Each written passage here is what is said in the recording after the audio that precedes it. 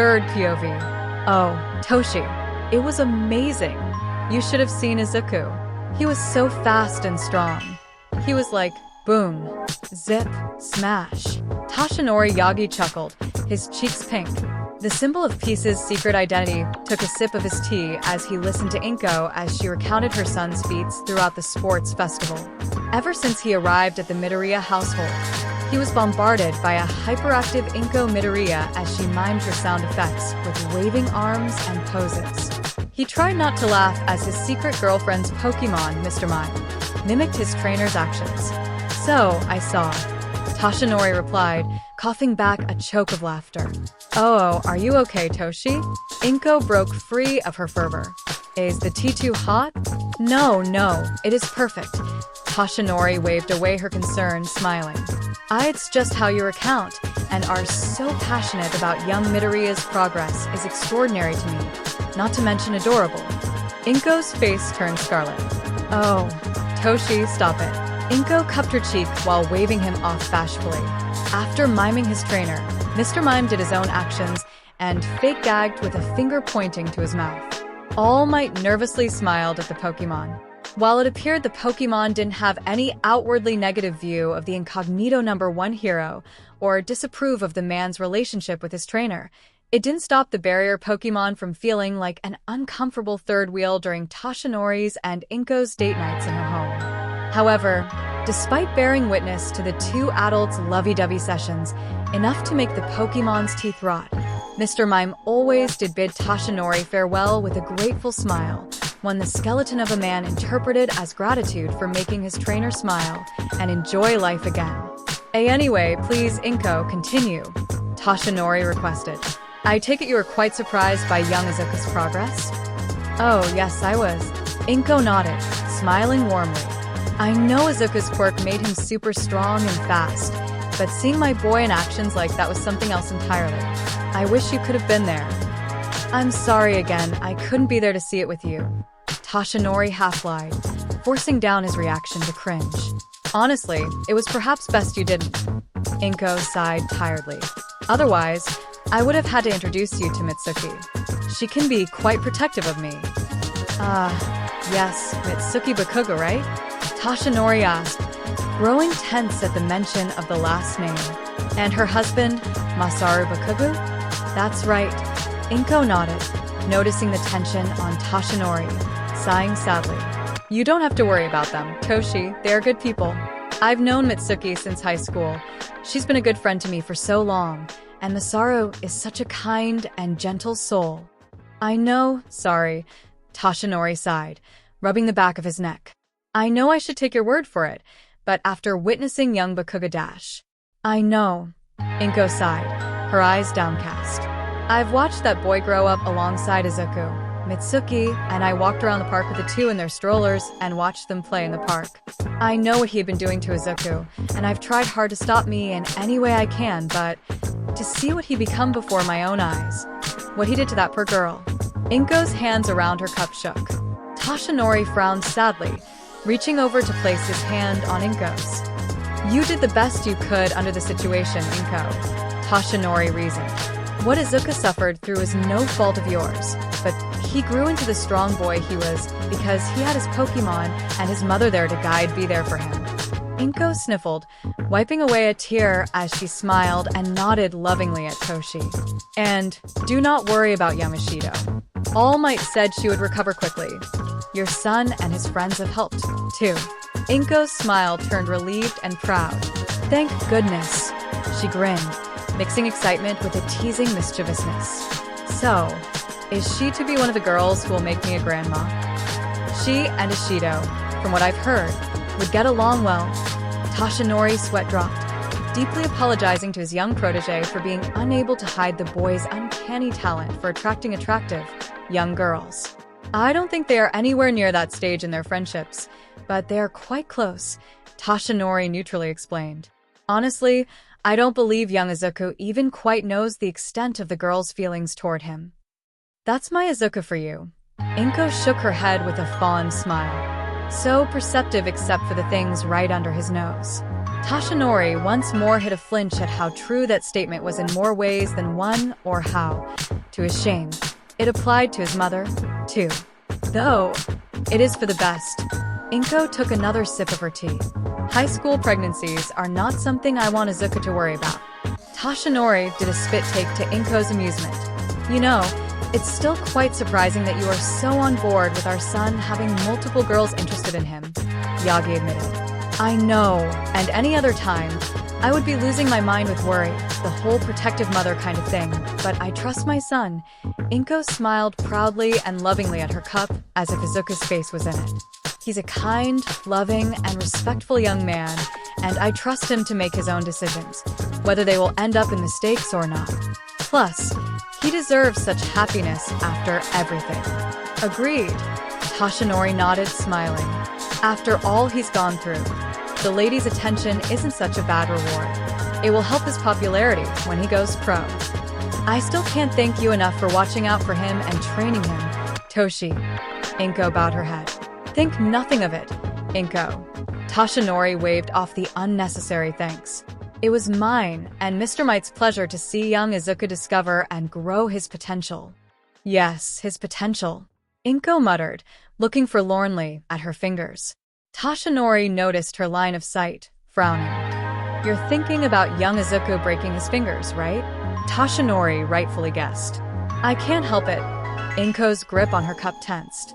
Hearing about it happening and seeing him returning with bandages on his arms and legs is one thing, but seeing it happen with my own eyes was horrifying.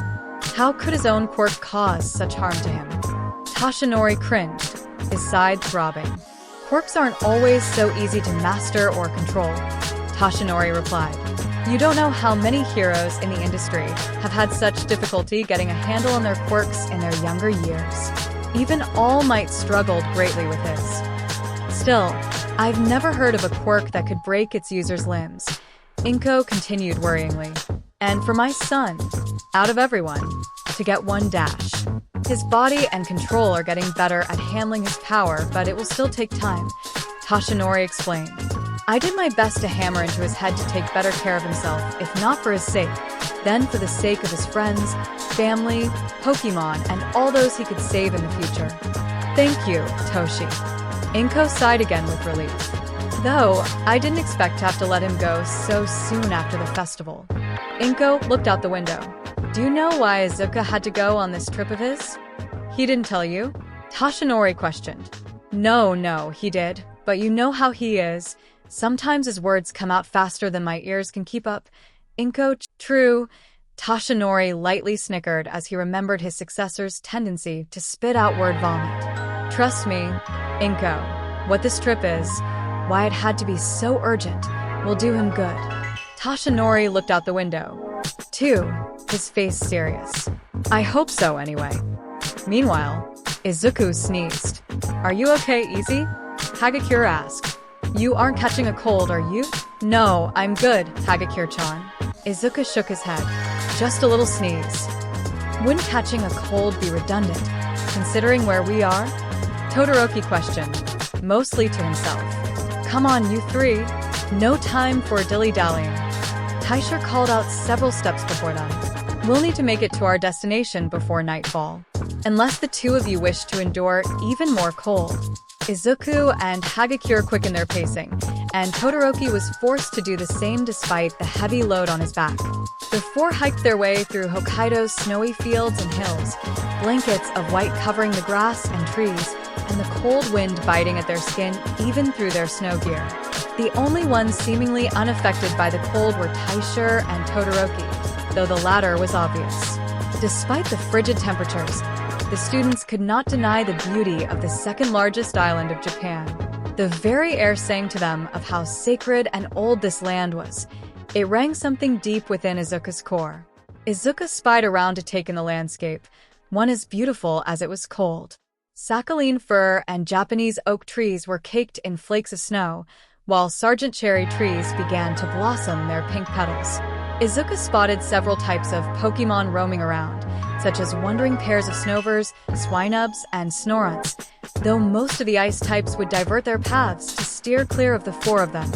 Taisher would even instruct the group to veer away from the pairs on the chance that a protective Abomasnow, Hylaswine, or Glalie may be close by. Izuku even spotted trash cloaked Burmese hanging on the trees while Pachirisis climbed them and nestled on the branches. Jesus, it's so fucking cold. Pikachu whined, shivering like a leaf while his fur stuck on end at a cold breeze. This is the 15th time you've said that. Froki groaned. If you are so cold up on Master Izuku's shoulder, go back down.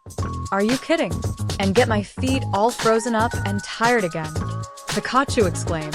Izuku recalled how they barely made it 1/8 of their way to their destination before the electric mouse Pokemon declared he had enough and climbed up to Izuku's shoulder. The weight was too familiar to Izuku to bother him, and the Pokemon's fur was a warm enough buffer for Izuku to press on at times. The only real annoyance to him was Pikachu's whining being directly in his ear. Then quit your whining and get back into your Pokeball like the rest of us, Combuskin suggested. Don't bother, Combuskin, Eevee sighed. You know how this will end. If it is heat you wish, I can pop out and toast your body with a flamethrower? Shelgon proposed, fed up. That will resolve all of our issues.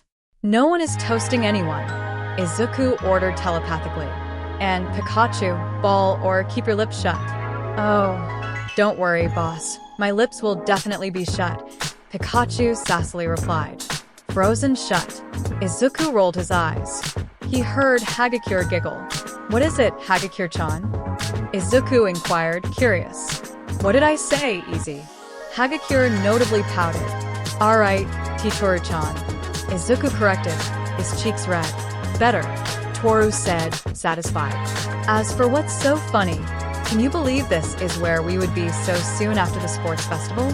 Hiking across half of Hokkaido, freezing our pretty, but off with Professor Taisher and Todoroki. Well, when you put it like that, Izuku paused mid-sentence and stride, his cheeks burning red and warm. Pikachu sighed as he pressed against them. Wait, what did you say about my butt? She said that your butt is adequately shaped and firm enough to be considered attractive, Todoroki explained, deadpanning as he passed by him. Hagakure giggled harder. Come along, Mr. Midoriya. Taisher called out as he noticed Izuku's blushing form remain as still as the ice nearby. It would do us no good if you suddenly were to be a permanent icy fixture of his land. All right. Izuku shook himself of his blush and rushed to reunite in stride with the others. As he did, Izuku couldn't help but ponder Hagakure's prior words and wonder how he went from the sports festival champion to here. Flashback. Right after the sports festival. Greetings, Mrs. Midoriya, Todoroki, and Miss Hagakure. Niza greeted the three as they entered his office, leaving a fuming Bakugu and uncomfortable Shinso outside. The three students entered to find the chimera of a Pokemon principal sitting in his chair, with the sunset lighting casting a rather ominous shadow about him. Standing beside the principal was Professor Taisher, his face fully serious and grim. Please take a seat. Oh, and Mr. Midoriya, congratulations on winning the sports festival. I must admit that your opening speech was inspiring enough to get this unbiased soul to root for you. Thank you, sir. Izuku thanked as he sat in the middle seat, Todoroki taking the left and Hagakure the right. Izuku turned to the other teacher in the room, Professor Taisher. Taisher nodded back, his serious frown giving way to a pleased smile and nod. Hagakure stared at the enigmatic professor with suspicion, their interaction in the nurse's room, and Midoriya's surprise recovery unforgotten in the invisible girl's recollection. Now, I'm sure you are wondering why the three of you are here so soon after the sports festival, yes? Nizu asked to the affirmative, tense nods of the students. Let me assure you that this meeting is not in light of any punishment or disciplinary action for Mr. Midoriya or Ms. Hagakure. Mr. Todoroki, on the other hand, we have much to discuss about your recent actions during our festival. Izuku and Hagakure couldn't help but glance at Todoroki, who only flinched but looked down shamefully. W8. Hagakure perked up. Principal Nizu, how did you find out? Did Yairozu tell you? No, Ms. Yairozu did not inform me of these events. Nizu shook his head, picking up and showing a small listening device. Per Mai and Aizawa's request, Ms. Midnight had this listening device on her person during the third round matches. Your homeroom teacher felt it would be prudent to have it on hand in case any events were to occur that may jeopardize or negatively impact our students. The students blinked in surprise at this revelation, though their surprise was centered more on Eraserhead's part and reasoning. It felt too unlike their homeroom teacher, who they found too cold, rigid, and unfeeling to take this sort of action or care about how they felt. Izuku pondered back to his confrontation with the teacher during their quirk apprehension test, wondering if something changed in the Erasure hero back then. Izuku shook his head, scoffing at himself for being too presumptuous and arrogant to believe that. Because of this well-thought decision, few of us authorized teachers were privy to some conversations between these students, Niza stated, looking directly at Izuku and Toto. The students froze as the weight of this revelation finally crashed down on them. Izuku and Hagakure remembered Bakuga's battles with the green-haired teen, along with Mina and Kirishima, all three battles having the ash-blonde teen practically outing himself as a bully. Todoroki thought of his battles with Mariella and Midoriya, where his issues, family history, and actions were spoken out loud. The scarred teen realized that was how the principal knew about what he had been doing. In light of these disturbing revelations, action will be taken. Yue has no place or tolerance for such cruelty and malfeasance, Niza declared with a coldness that froze even Todoroki's soul. Your actions, Mr. Todoroki, will be addressed further in private, as well as your punishment for your actions against Ms. Yaoyorozu and your Pokemon. Todoroki flinched again but nodded, accepting his fate, whatever it may be. And Mr. Midoriya, rest assured that the complicated situation revolving around you and Mr. Bakugo will likewise be addressed and taken care of. Izuku blinked, unsure what the principal meant by that, especially the last part, but the green-haired student nodded, too. However, that is not the true purpose of this meeting, Niza said, confusing the three students. It has likewise come to our most recent attention that all three of you have been, as best put it, compromised. See compromise, Hagakure stuttered out, confused. Izuku's eyes whirled to Professor Taisher, his eyes widening with realization. Is this about whatever was interfering with Todoroki's mind? Izuku asked. Todoroki and Hagakure looked to Izuku with shock and confusion. Interfering with my mind? Shoto questioned, looking between Izuku and Taisher. What are you talking about? Taisher raised an eyebrow at Izuku, the boy feeling embarrassed and admonished for his outburst. Before your final battle, Mr. Todoroki, I discussed with Mr. Midoriya the many irregularities you and your past displayed regarding your feelings toward your Vulpix. Taisher explained to Shoto. We inferred you and Vulpix once had a friendship, but that you had forgotten many details revolving around your past, especially toward your mother. It's why I knew your mother gave you your Vulpix, Todoroki. Both of them. Izuku jumped in. Vulpix wouldn't have stayed with you for so long if that wasn't the case. You two were friends before, and he hoped you would change. I know well how that feels like. Hagakure took hold of Izuku's hand, squeezing it supportively. Izuku was surprised by the gesture, but quickly accepted it, not minding the warmth and care he could feel from her. Before I left, I admitted that I had sensed something was amiss about you. Something beyond simple memory loss, Taisher continued. I discovered that a psychic interference clouded your mind. Not a quirk, mind you, but one more mystical. Why you mean that a Pokemon was messing with Todoroki's head? Hagakure asked. Very inquisitive of you, Ms. Hagakure. Taisher nodded, commending the girl. WL, you are a Pokemon professor. Hagakure blushed at the compliment. If you said that you found something wrong with Todoroki that isn't a quirk, a Pokemon would be the only thing left that could do it. Indeed, Taisher nodded. However, Mr. Todoroki is not the only one here affected by a Pokemon's influence. You are, too. What? Hagakure exclaimed. Izuku and Shoto were likewise in confusion and shock.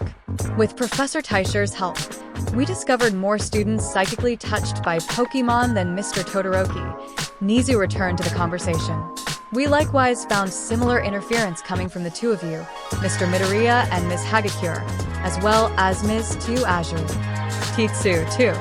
Izuku explained, worry and fear gripping his heart. A surge of anger then rose from the depths of his heart. Then, why isn't she here too? Taishi's eyes flashed blue, and Izuku felt a wave of something pass through him. Suddenly, the anger had settled down. With clarity, Izuku realized that he had stood up and gripped the principal's desk in his fury. Izuku quickly let go of the desk and sat back, muttering an apology. As I said, Mizu nodded. As for why Ms. Azui has not been brought here, we have seen no outward change where immediate action must be taken. Professor Taishi and I concluded that whatever influence she was subjected to is either too minimal or passive to cause any shift in her personality. Let me assure you that if that were to change, action will be taken to ensure Ms. Azui's safety. But what about me? Hagakure asked. I don't feel any different. I'm afraid your situation is more complicated, Taishi said, giving her an apologetic stare. However, I have found the means to resolve this issue. Flashback over. Afterward, Mizu and Taishi set up this little field trip of theirs to northern Hokkaido to cure the three's respective conditions. They managed to schedule it during their small break after the sports festival with enough time for Izuku and Todoroki to take care of their plans beforehand, i.e., canceling Momo's engagement and for Shoto to visit his mother. Professor Taishi had met up with the three at Tatooine train station, taking a series of trams from Mizurufu to southern Hokkaido. When arriving at the island, the four had changed into their hiking gear they were told to pack beforehand and took a cab till they were at a reasonable distance to their destination. When asked why they didn't just go all the way, the Pokemon professor gave a cryptic answer. Our arrival must be timed accordingly, and our journey rewarded by the marring of the cold and exertion, Taishi had said. Izuku knew there wasn't any chance of getting more out of the annoyingly cryptic professor, so he accepted it. As if by following his example, Hagakure and Todoroki followed suit. That was how Izuku now found himself hiking through the snowy fields with Taishi leading. Izuku and Hagakure were clothed in heavy winter gear, the two of them still surprised at how cold and snowy Hokkaido was despite being in spring. Even with his winter gear, Izuku was surprised to see Professor Taishi had no issue with the cold that bit at his students' fortitudes. The professor's winter gear even looked lighter than how heavily Izuku and Hagakure were clothed. Izuku expected Todoroki to have no issue with the cold given his quirk, but Taishi was another thing. The silver-haired professor even had what he called a hiking staff, yet Izuku felt that was a bald-faced lie. The staff Taishi held was nearly as tall as the professor. The shaft was wooden and aged with its many chips and lines, yet looked no less sturdy and well-kept. The end of the staff had a cool, dark gray metal stand with a diamond-like crystal shaped rigidly, like a globe. Two rings of the same dark gray metal surrounded the diamond orb horizontally and vertically, with two teardrop-shaped shapes dangling from the sides. It reminded Izuku of the teardrop-like fur of a Lucario. Izuku's eyes occasionally would glance at the staff's head, his eyes entranced by the subtle blue glow blinking in the center, and his ears enchanted by the chimes the teardrop shapes would make. It felt like they were on a pilgrimage led by a wise old monk. Todoroki also wore winter gear, yet he was noticeably less dense than the two. If anything, Todoroki looked hotter than he was cold, mainly due to the heavier load of equipment he was carrying on his back. Izuku would feel sorry for Shoto if the scarred team didn't deserve this. Izuku sighed, shaking free of the rising anger that plagued his thoughts. You're still angry with Todoroki, huh, Izuku? Evie said, though his question came off more like a statement. Izuku said nothing back. His feelings, he could tell, were answers enough. If all that you have informed me of his actions and misdeeds are true, then anger is the least he should feel, Shulgin commented. I find this punishment insufficient to his lack of honor.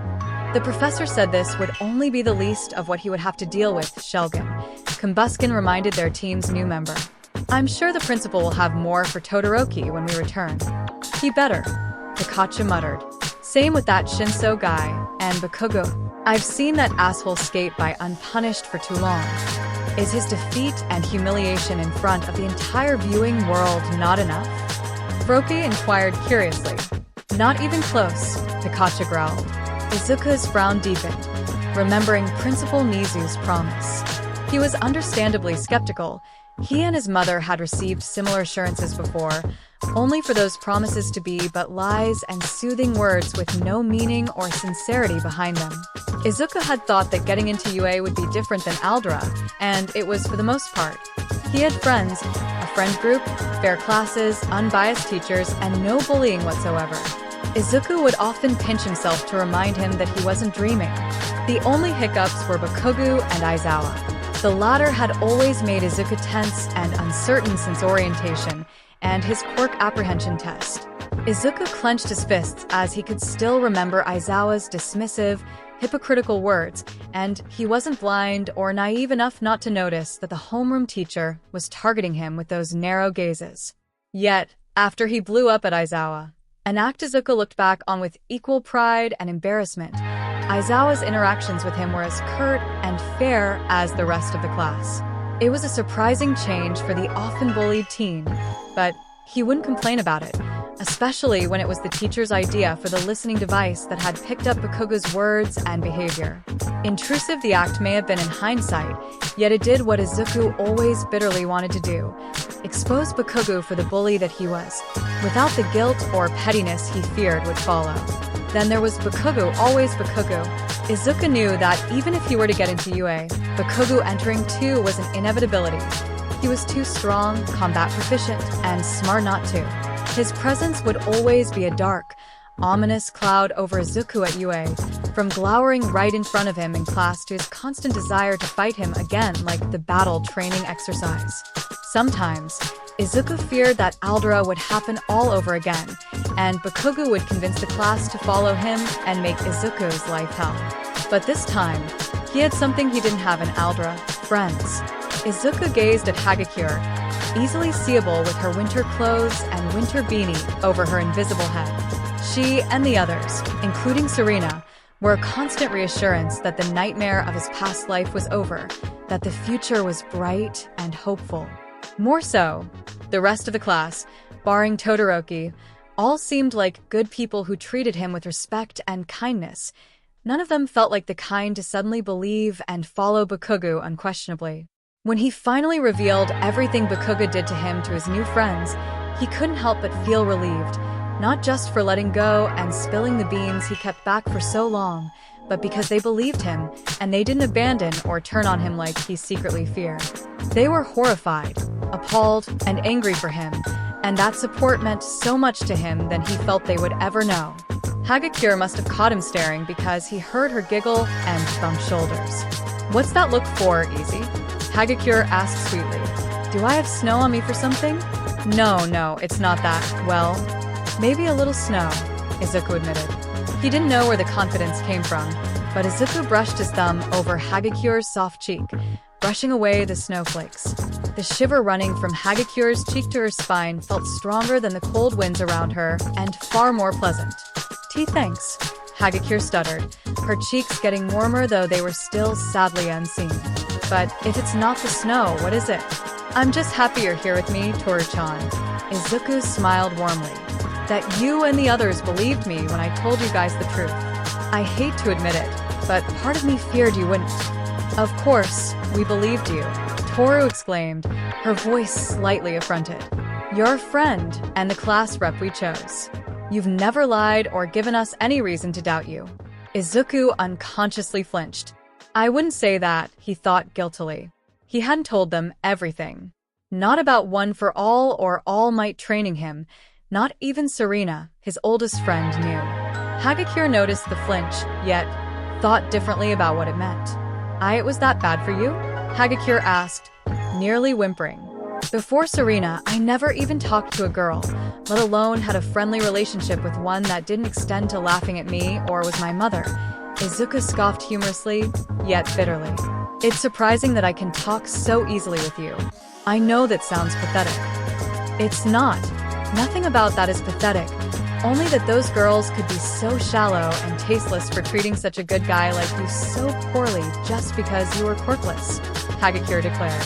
"Ugh, just thinking about it makes me so angry." Izuku looked at her with surprise. "So, you would have still liked me even if I was quirkless?" Izuku asked, cursing himself for sounding so needy, yet he couldn't help it. Bakugo's taunts from their match still rang in his ears. Of course. Hagakure said Izuku couldn't pick up any deceit or lie in her declaration. And don't ask me a silly question like that again, or I'll suffocate you with hugs for a whole day. That doesn't sound too bad. Izuku's intrusive thoughts rang, yet he had the decency to keep them as thoughts and not mutter them out. At most, he merely blushed. Got it. Izuku smiled. Sorry for doubting you, Toru-chan. Keep calling me that and all's forgiven, Hagakure cheerfully said, her chest straining with barely held-in giggles full of love. Though, I warn you, if I ever spot any of those bullies from Aldera, I'll strangle them till they're as cold as this damn wind. With her quirk, she would make for one hell of an assassin. Izuku's sweat dropped. Gotcha, he said. Though, hopefully, you don't get yourself expelled for strangling the bully that sits right behind you. No promises, Hagakure replied. I like this girl. She is fierce and protective of her loved ones, Shulgin declared. If her appearance were more discernible and fairer, her genes would make strong offspring for you. Shulgin, Combuskin exclaimed. Pikachu nearly burst out laughing, yet decided instead to sigh as he used Izuku's burning red face as his personal warmer. Meanwhile, Guerrero Bakugo yelled as he punched the duffel bag with as much force as he could muster, specifically where the plastered face of Izuku Midoriya was stamped onto. Bakugo panted hard, leaning his body away when the bag swung back around. He attempted to do so casually, only to blink and snap into focus before he stumbled to the ground. The explosive blonde's hands fell to his knees, panting as the exertion of his exercise/cooling process finally took its toll on him. Bakugo looked up to his all-might clock that read the time. He was momentarily surprised when he realized he'd been working out for the past 4 hours. Hey, keep it down, brat. His annoying mother's voice yelled out on the other side of his locked door. Grounded means zero raging and howling like a damn ursaring. Stuff it, you hag. Bakugo barked back, selectively muting her response. He would have said worse, but he didn't wish to test her in his current situation. He may be a legal adult by their country's standards, but his allowance, which could be taken away just as easily as it was given, would not afford the rent of an apartment if he tried to move out without their support. As he recalled the situation he was stuck in, Bakugo began to growl with hatred. After the end of the sports festival, Bakugo was practically dragged to the 1A homeroom, still wrapped up in chains that he couldn't remove because of his damn teachers quirk erasing his. He only got out of them when they arrived in the classroom, and Aizawa made it clear that any further actions from him would make him regret it. Bakugo was forced to stew in his seat, his teeth grinding and gnawing on the rope of his second-place medal, trying to ignore its existence. When the damn insomniac finally finished groaning on about the next few days of school for a resting period, Bakugo was called out to stay behind for a personal chat, the teacher's glare showing that he would not take no or any colorful alternative to no for an answer. Most of the chat Bakugo tuned out of his mind, lest he spiraled into another rage. Still, the gist included the teacher's disappointment and anger for what Bakugo did to Weird Eyes, calling his actions excessive and no different than a mindless beast. He had to bite his tongue not to call out the unfairness and hypocrisy of it all. How were his actions any different than icy hot bearing round cheeks in a fucking glacier, or shitty hair and his metallic twin giving each other CTE with every punch and annoying-ass exclamation of manliness?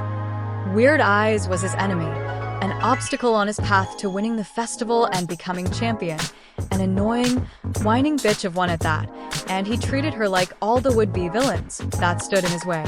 Then Aizawa brought up his past with Deku, revealing he knew about his actions. Bakugo almost blew up, demanding to know if the nerd had snitched like he thought he did to Weird Eyes.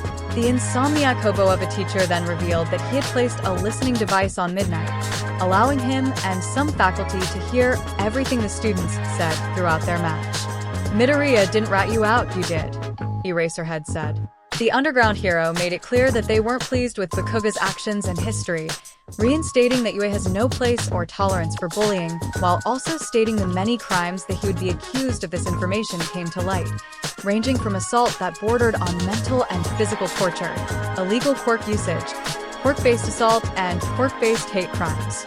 While Eraser said that Yue could not convict him personally nor do anything about what he already did, his actions against Weird Eyes, proving he was behaving not at all differently than the bully he was, earned him his second strike. The Insomniac teacher said that his anger management sessions with Hound Dog would be increased, and that there would be more official punishments to come when they returned from break, but it was clear to Bakugo that such punishments might range from suspension to straight-up expulsion at worst. Safe to say, Bakugo stomped his way back home more enraged than ever, cursing Deku, Weird Eyes, his teacher, and that damn rodent principal. It was no different at home either. Bakugo knew his parents had shown up for the festival, no matter how many times Bakugo yelled for them to stay away and not bother spending their damn vacation money on seats. When Bakugo arrived home, he had expected to hear cheers for making it so far in the festival, even an annoying hug from his hag of a mom. Instead, he was met with the tearful sobbing of his mother while his father tried to comfort her. For once, Katsuki didn't know what to do. He remembered being torn between walking away, pretending he didn't hear or see anything, or demanding who made her cry so he could teach them a lesson.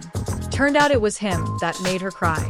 Bakugo was forced into the most argumentative and explosive Bakugo family meeting in history, and that was saying something. Mitsuki and Masaru Bakugo likewise made it clear that they heavily disapproved of his behavior and actions throughout the sports festival, saying he made himself look like a fool with his raging attitude to even a monster with what he did to Weird Eyes. Bakugo was halfway into throwing in their faces that no one cared and instead were rooting for him and his strength when Mitsuki brought up the Midoriyas, specifically Auntie Inko. His mother shared how disgusted and horrified she was of Bakugo, how she knew about what he did to her son for all these years, and while Auntie never said it to his mother, she knew that Inko would no longer allow Bakugo to call her Annie ever again. Bakugo was struck silent, betrayal and guilt warring within himself before he knew exactly who was to blame. Deku. Bakugo tried to convince his parents that Deku had been spreading lies about him, trying to paint him as a villain to everyone when he was a hero, the future #1 hero who was being sabotaged by a jealous, envious little shit. His father awarded him with a slap across the face. Bakugo didn't know what he was more surprised about, his spineless father gaining a backbone and smacking him, or the sheer look of disgust and disappointment in both of his parents' eyes. In the end, Bakugo was officially grounded, forced to stay sheltered in his room for the remainder of the break. His gaming consoles were confiscated, his access to any entertainment site and streaming services were revoked, and he was forbidden from using his quirk or training his Pokemon, their meals to be handled by them instead. Bakugo walked numbly to his room after that, and it took a whole hour of silence before he exploded in anger. Bakugo had never been more furious, and had spent the rest of his time since then fuming at himself and his Pokemon and working out, usually resorting to the duffel bag implemented in his room. His parents removed the previous picture of Deku he had strapped to the bag, but Bakugo kept a spare hidden underneath his couch for such emergencies. And no, he was not self-aware enough to realize how weird that was. This is all his fault. Everything is his fault.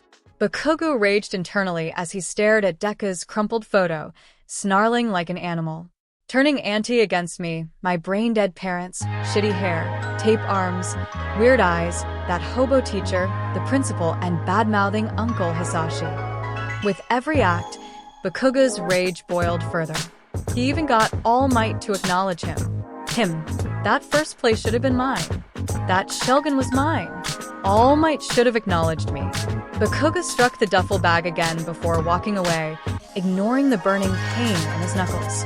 Bakugo stomped over to his chair and pulled up his computer, the one thing his parents didn't take, if only for if Yue sent him an update. The computer turned on, displaying the last thing it had on screen previously, an article on the events of the sports festival. First-year sports festival champion, Izuku Midoriya, symbol of hope or fear. Written by Chitose Kazuki.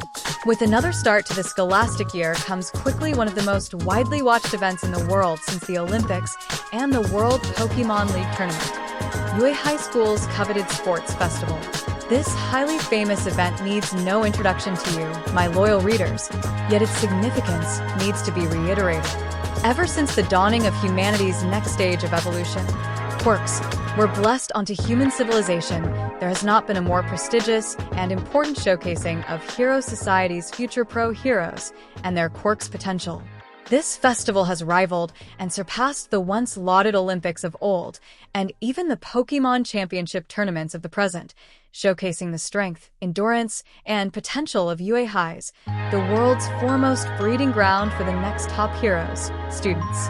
Many of Japan's highest-ranking pros have been graduates of UA High, from Fiber Hero, Best Genist, Shinobi Hero, Edgeshot, Flame Hero, Endeavor, and even the symbol of peace himself, All Might, who first made a name for himself as the reigning back-to-back champion of the sports festival in his time, achieving first place in every event for 3 years and 3 consecutive sports festivals. To make it high in the festival, even win, is to show your strength and potential to the world and pro heroes interested in taking promising students as interns or even future sidekicks. Each student year's festival has its grand significance, from the first years displaying their blooming potential to the 3 RDs who put all their training and teaching to work and showcase how far they have come and can still go. This year's first sports festival has, in my humble opinion, been the most memorable and controversial festival in recent memory, maybe even ever.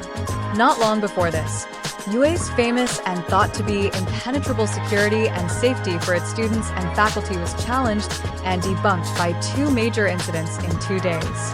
The first was a brazen gathering and trespassing of fellow reporters, journalists, and media on the grounds of their main campus, where UA's defenses were breached and hungry journalists and reporters thirsting for an interview with All Might, the latest to join the school's pro-hero faculty. Anonymous sources from within UA's student population described the students of all years and courses to have reacted in a fearful panic, running wild and trampling over each other like a horde of toros in a china shop. While law enforcement eventually arrived, this event would only be the prelude to what would come next. The very next day, UA High's first years of the lauded hero course were attacked by a gathering of villains, their numbers ranging to more than 70 assailants, at the off-site training facility known as the USJ. This group would call themselves the League of Villains, led by a young man, reportedly in his 20s, dubbed Tamura Shigaraki, and his right hand, Hirogyri, a villain with a rare warping quirk, both escaping and still at large. This group's mission was to attack and kill our beloved symbol of peace and number 1 hero, All Might, as well as harm and even murder the young class of would-be heroes. Luckily, the symbol of peace proved as unbeatable as ever and drove back the villains. However, this event has many, including me, questioning UA's security and the safety of its students. When asked for comment, UA High School's principal Nizu had this to say: UA High School is committed to the education and protection of its student body. Most of these villains have been identified as no less than street-level fodder with no true coordination or plan. The masterminds of this attack, Tamura Shigaraki and Hirogyri, are being investigated, and we have found that Hirogyri's warping quirk and electrocution villain, Tesla, to be the parties responsible for their unprecedented entry and tampering with UA's security systems. Warping quirks are a rarity, even in our world's vast diversity of such powers. While UA was prepared for teleportation through Pokemon, this Hirogyri is an oddity we were unprepared for. Rest assured, this lapse will not occur again, and we will continue to improve and strengthen our security measures for the safety of our society's future.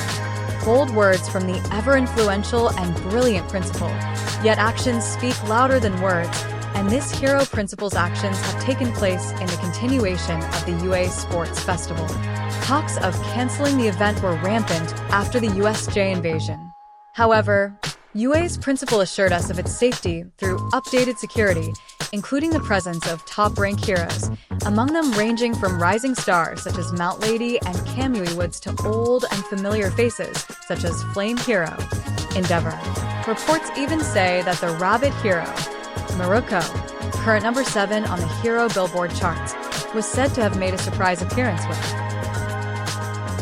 Number 9 Dragon Hero, Ryukyu. Could the Dragon Hero have managed to drag her reported best friend to attend?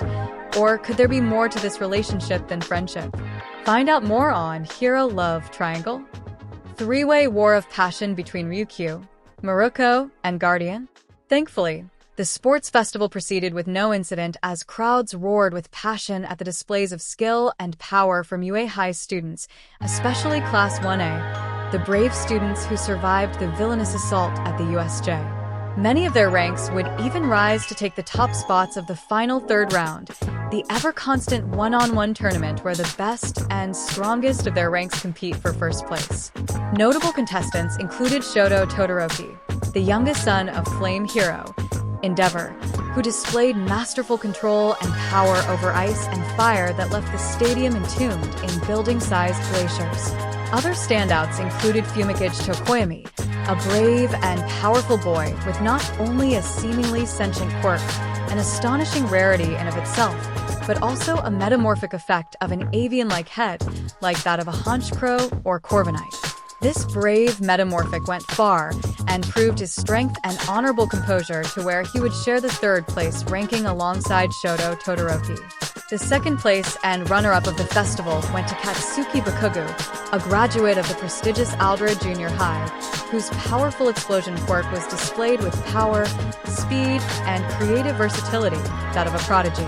Tension and drama were raised during his first match against his fellow classmate, Mina Ishido, another student with a unique metamorphic trait of pink skin, hair, yellow horns, and intriguing eyes. In a shocking turn of events, Katsuki Bakuga displayed unmatched ferocity and brutality against Ms. Ishido, the poor girl rendered unconscious and badly injured by the end of their match. Many among the crowd even jeered against Katsuki Bakugo for his ruthless approach. While the treatment of Ms. Ishido is by no means tolerated or should be looked on with approval, I find it unfair to cast this growing prodigy with such unfair disdain and controversy. Is the sports festival itself not dangerous enough when similar displays of power and injuries from past festivals and matches were overlooked without a peep?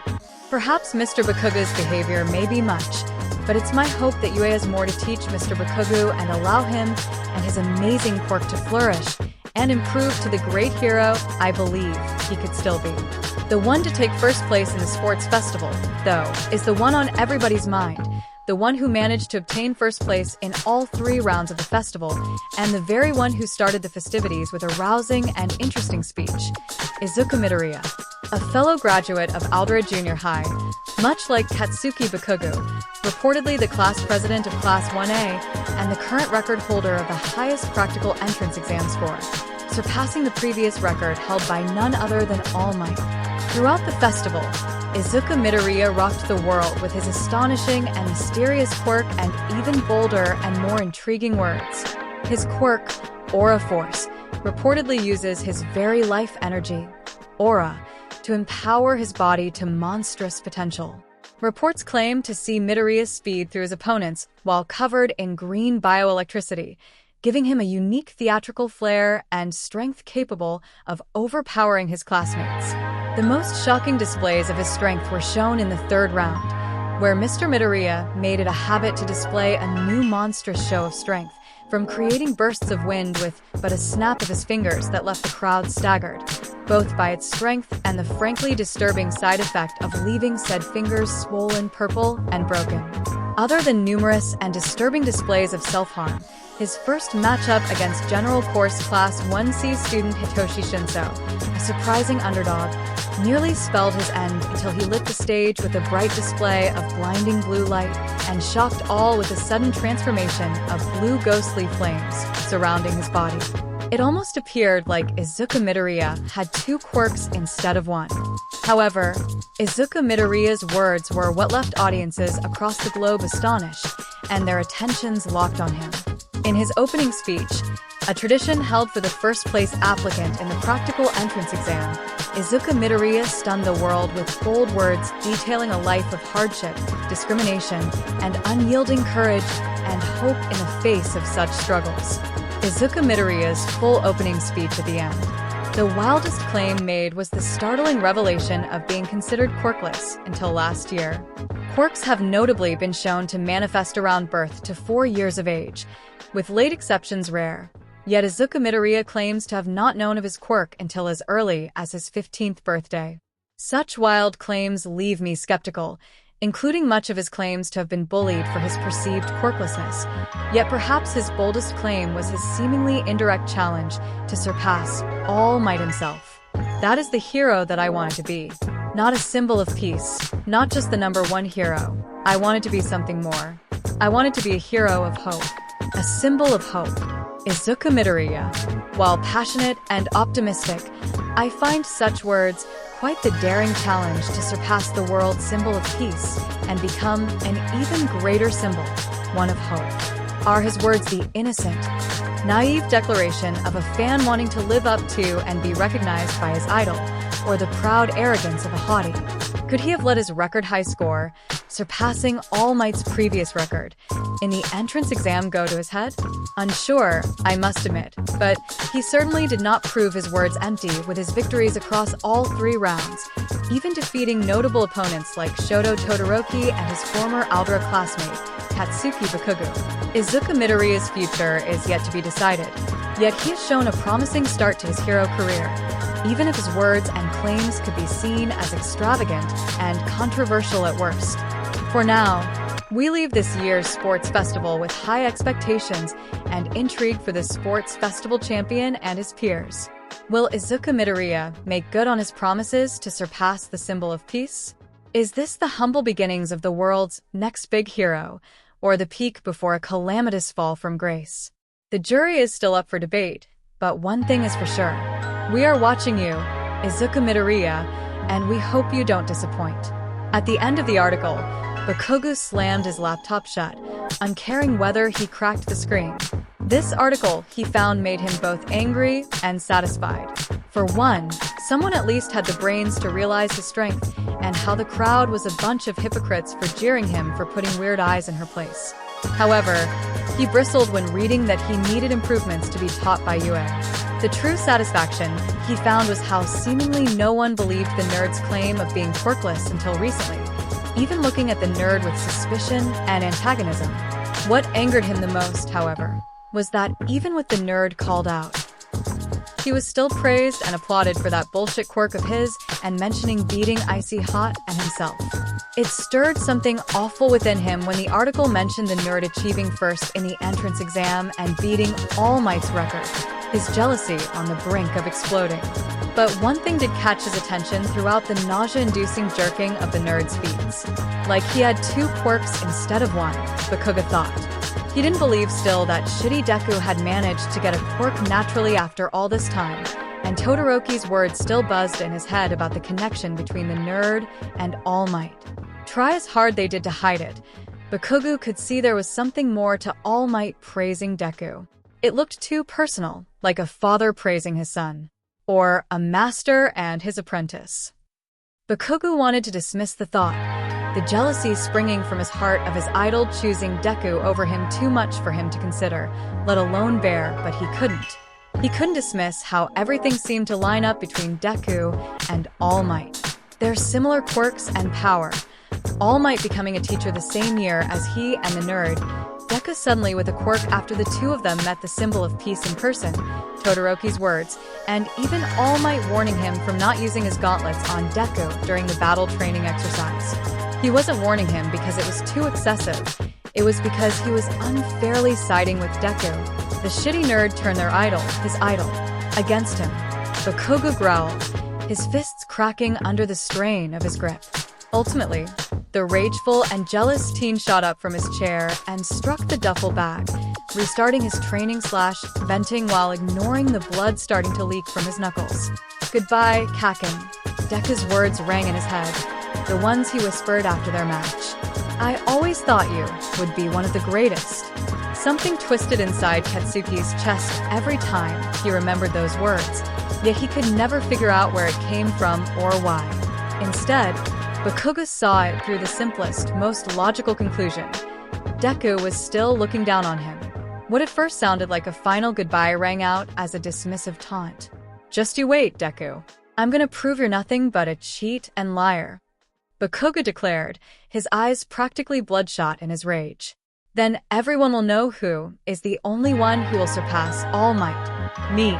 Later, as night fell on northern Hokkaido, the 4 expeditioners made camp, erecting their tents to where the cluster of trees blocked the wind in its direction.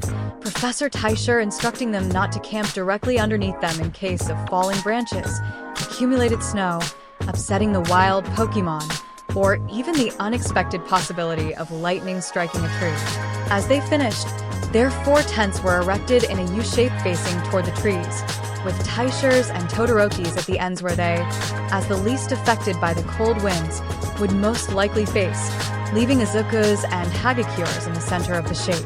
The 4 of them were now huddled in a circle around a campfire, Taicher and Izuku sitting across from one another while Hagakure and Todoroki were across from each other. The fire was made out of branches from the nearby trees and easily lit with Todoroki's fire. Pikachu sat by Izuku, sighing contently with the fire's warmth. Ah, finally, sweet, warm heat. Hagakure cheered as she lifted her glove-covered hands to the flames. She raised her gaze toward Todoroki, who stared silently into the fire he made. Glad we didn't have to coax you too hard to use this, huh? Izuku spotted Todoroki's small flinch. Toru, Izuku said. No, it is fine, I do deserve that. Todoroki muttered acceptingly. So, are you just gonna let yourself get insulted and probed and think that will make up for everything you did? Hagakure questioned. If that is what must happen, perhaps. Todoroki muttered, his gaze fixated on the flames. Reconciliation through humiliation is noble sounding at first, yet it is also the path that appears easiest, Taicher warned, his lotus position practically flawless. To seek true and sincere redemption, one must take the right steps, not the easiest. Understood. Todoroki nodded, a contemplative gleam in his eyes. Well, if that's the case, at least you went off to a good start going to cancel your engagement with Yanumo, Hagakure mentioned. But don't think for a second that you'll win us over for a while. Todoroki, it doesn't matter how long my attempts to make amends take, only that I can achieve it. Todoroki replied. Why? Izuku said, drawing Todoroki's and Hagakure's gazes. I understand you have much to make for after all you did, especially with Momo and Vulpix. But why the rest of us, too? Does it involve your question of whether we can still be friends? Todoroki turned his gaze back to the fire, staying silent for a few seconds in contemplation. Eventually, he nodded. Why do you want us to be friends? It can't simply be because I helped you. You're right, it isn't, Todoroki admitted. On a logical level, I've seen how just as you grow stronger because of the support of your friends, they, in turn, grow stronger from you. Your advice and strategies would be helpful for me to grow stronger. However, honestly, I never had the luxury of friends. Izuku's eyes blinked, surprise. Memories of his childhood spent alone and bullied replaying in his mind. Most kids avoided me because of my scar and cold demeanor. Todoroki recounted his childhood as the teen himself remembered walking down the halls of his junior high, kids steering clear of him, staring, pointing, and whispering at the scarred teen. And those that didn't only wanted to get close because my father was the number 2 hero. Other than my Pokemon, I had no one to turn to for friendship, and even then, I wasn't open enough as I should have been to Ninetales. Todoroki looked to Midoriya with his regular neutral gaze, yet a warmth of sincerity glimmered in his gray and turquoise eyes. Even after everything I did to you and your friends, you still were the only one who bothered and tried to help me because it was what you wanted. Todoroki continued. Not for my father's influence, but because it was the right thing to do. I didn't have much in the luxury of trust, but I felt I could trust you. Izuku was stunned by Todoroki's confession, unsure of what to feel. On the one hand, this was still the same boy that caused so much pain and grief to his friends, tormenting Yaoyorozu with their engagement, manipulating Hagakure and the others to side against him, and abusing his own Pokemon. Yet, on the other, Todoroki's childhood wasn't that different from his own. While no one tried to buddy up to Izuku because of his father, or at all, no one at his previous schools wanted to be friends with the quirkless loser, steering clear as if he was a walking disease. He never even opened fully up to Eevee or Pikachu about some of his darkest thoughts. He reminds me of you, Izuku. If you ever truly drowned in hatred for your father and Bakugo, Eevee's words replayed inwardly. Izuku could see his lifelong partner was more accurate than he expected. Well, I guess I can't fault you for that or lie and say I don't get what you mean, Hagakure muttered, her voice forlorn and downcast. We are all pretty similar to each other, huh? Izuku stared at Hagakure, dejected. You too, Toru? Izuku asked. Thanks to Toru's beanie, Izuku could tell she was nodding. I try to be bubbly and cheerful as much as I can with others, and I guess I made a few friendly acquaintances in my previous schools, but not real close friends, you know? Hagakure replied, melancholy. Guys aren't interested in a girl they can't tell if she's pretty or not, and girls were a bit turned off by how I looked too, or rather not looked. At least I had my Pokemon and my parents, but it wasn't the same. Then they were stupid, Izuku said, Hagakure turning to meet Izuku's stern stare. Looks, reputations, none of that matters. Your personality and cheerfulness are what make you special, Toru-chan. I don't need to see you to know how you're feeling, acting, or who you are as a person. If people let things as superficial as looks define who you are, then they aren't worth befriending. Izuku placed a hand over his heart and smiled softly at her. You have me, Mina, and all the others as friends, Toru-chan, and we can truly see you, even if you can't. Hagakure was still, shaking here and there, yet Izuku knew those shakes weren't from cold. The invisible girl sniffled and brushed her face, wiping away the tears that stung where her eyes were. Thank you, Easy, Hagakure cried. That means more than you can imagine. Izuku nodded, smiling softly at how sincere and cute she sounded. It was enough to make his heart ache, similar to how he felt with Ochiko, Tsu, and Mina, yet not as strong as how his heart drummed towards Serena and Momo. Izuku didn't know what to call this foreign feeling, yet it felt nice. Izuku turned toward Todoroki. And for what it's worth, the same goes for you too. Todoroki, Izuku said, his face more serious and neutral. If all they saw was your father and that scar, you were right to avoid them. True friends overlook their differences and hang out because they genuinely want to, not for self-gain. Todoroki's eyes were slightly wider, and his mouth opened a smidge. His shock wore off, and he smiled softly and nodded in return. Taishi's chuckle reminded the three of his presence. It always refreshes an old man's soul to see shared trauma mended and healed with such compassion.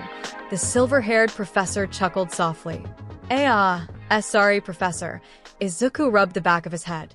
I didn't mean for things to get heavy and awkward. No apologies needed, Midoriya. Taisha waved the apology away. I'm content to let yourselves soothe each other's inner wounds. It is for the purpose that I brought you all here. Purpose. Izuku repeated questioningly. Suddenly, a pokeball by Izuku's side opened up, and a beam of white light shot out and formed Shelgon. Shelgon. The endurance Pokemon cried out with his appearance. What? Shelgon? Izuku exclaimed, jumping in place. Why did you come out? Is there something you want? Shelgon gazed briefly at his trainer before squatting down. The endurance Pokemon began rubbing his short legs on the snow. Huh. Izuku stared, confused at what his new Pokemon was doing.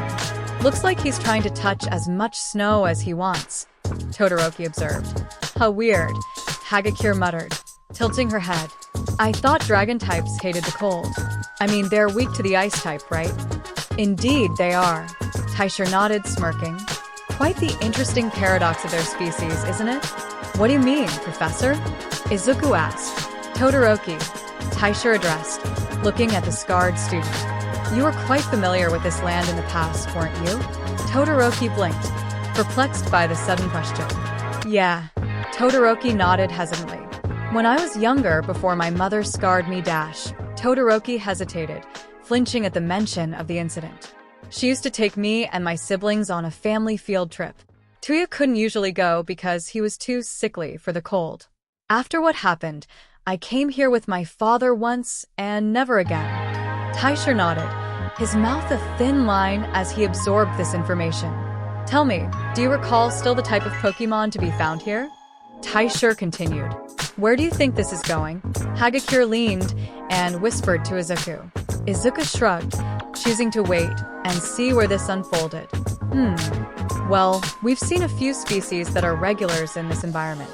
the Snoverline, Swinubs, Snorants, and other ice types.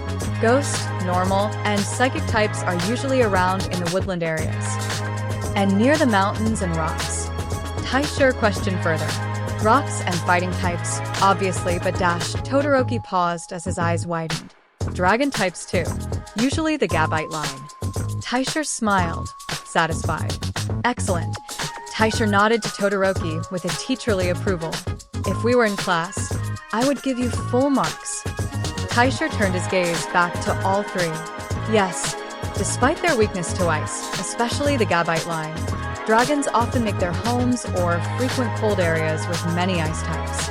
They'll usually reside in caves and mountains, yet you can spot a few dragons wandering about them, even in the coldest. Is that not interesting? Huh, I didn't think about that, Izuku muttered, looking to Shelgin, who listened silently. But why would they do that? Hagakure inquired. Wouldn't they get hurt more easily if attacked by an angry ice type? Most likely. Often, that very circumstance can lead to a dragon type's demise, Taisha answered. And yet they do so anyway. You see, while some differ, a common trait among dragon types is that most are a proud and resilient type of species. There is a reason why dragon types are weak to themselves, and it is from their common drive to grow strong and mighty, a drive so fierce most dragon types will willingly put themselves in perilous situations and disadvantageous fights for the sake of growing stronger. A trait notably similar to fighting types, I might add. They fight even when the odds are against them, Izuku muttered, looking again to Shelgin, contemplative. You mean Shelgin wants to be out here to grow stronger? Taisha smiled. That sounds like a rather heroic trait. Don't you agree, Midoriya? Taisha asked. Why, yeah, I guess it does. Izuku agreed, finding a new respect for Shelgin and his type. I suppose that your Pokemon wishes to live up to its title as the endurance Pokemon, Taisha continued.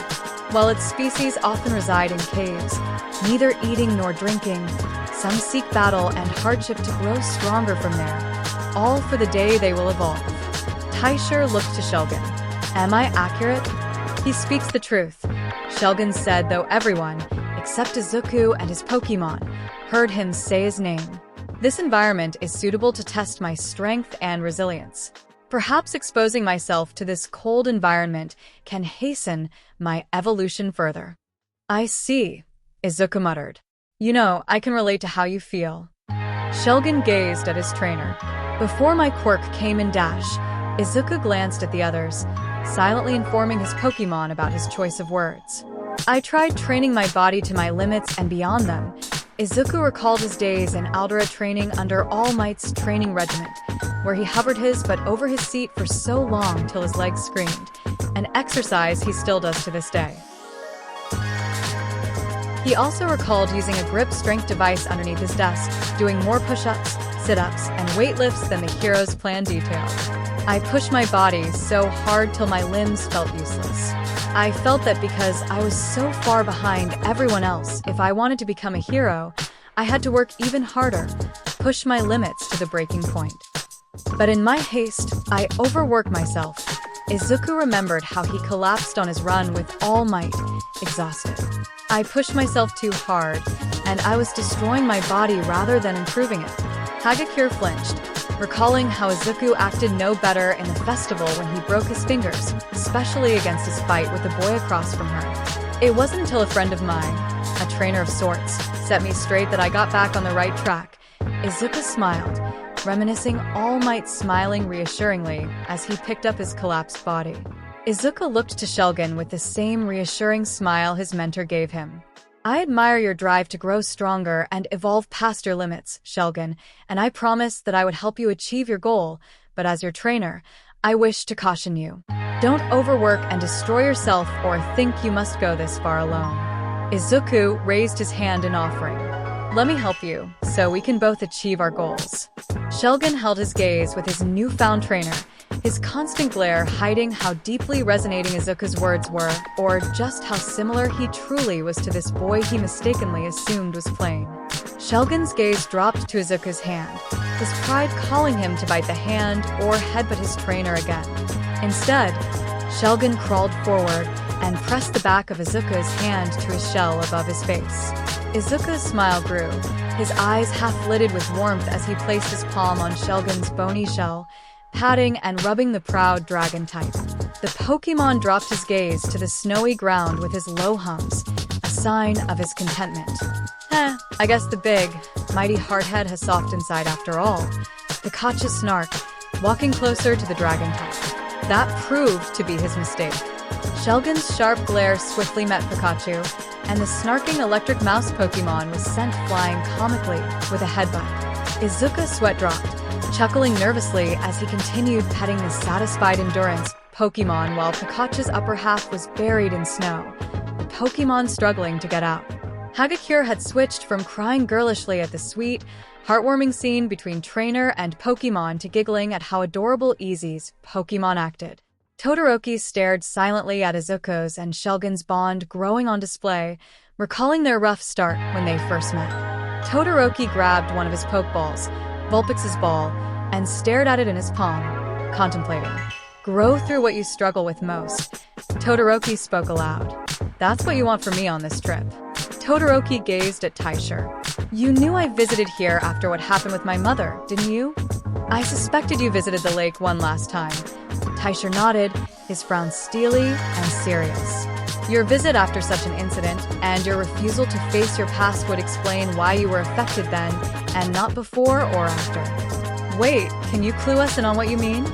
Hagakure questioned, confused. What do you mean by the lake? Our destination, where Todoroki's mother would ultimately take him on their trips, Taisher answered.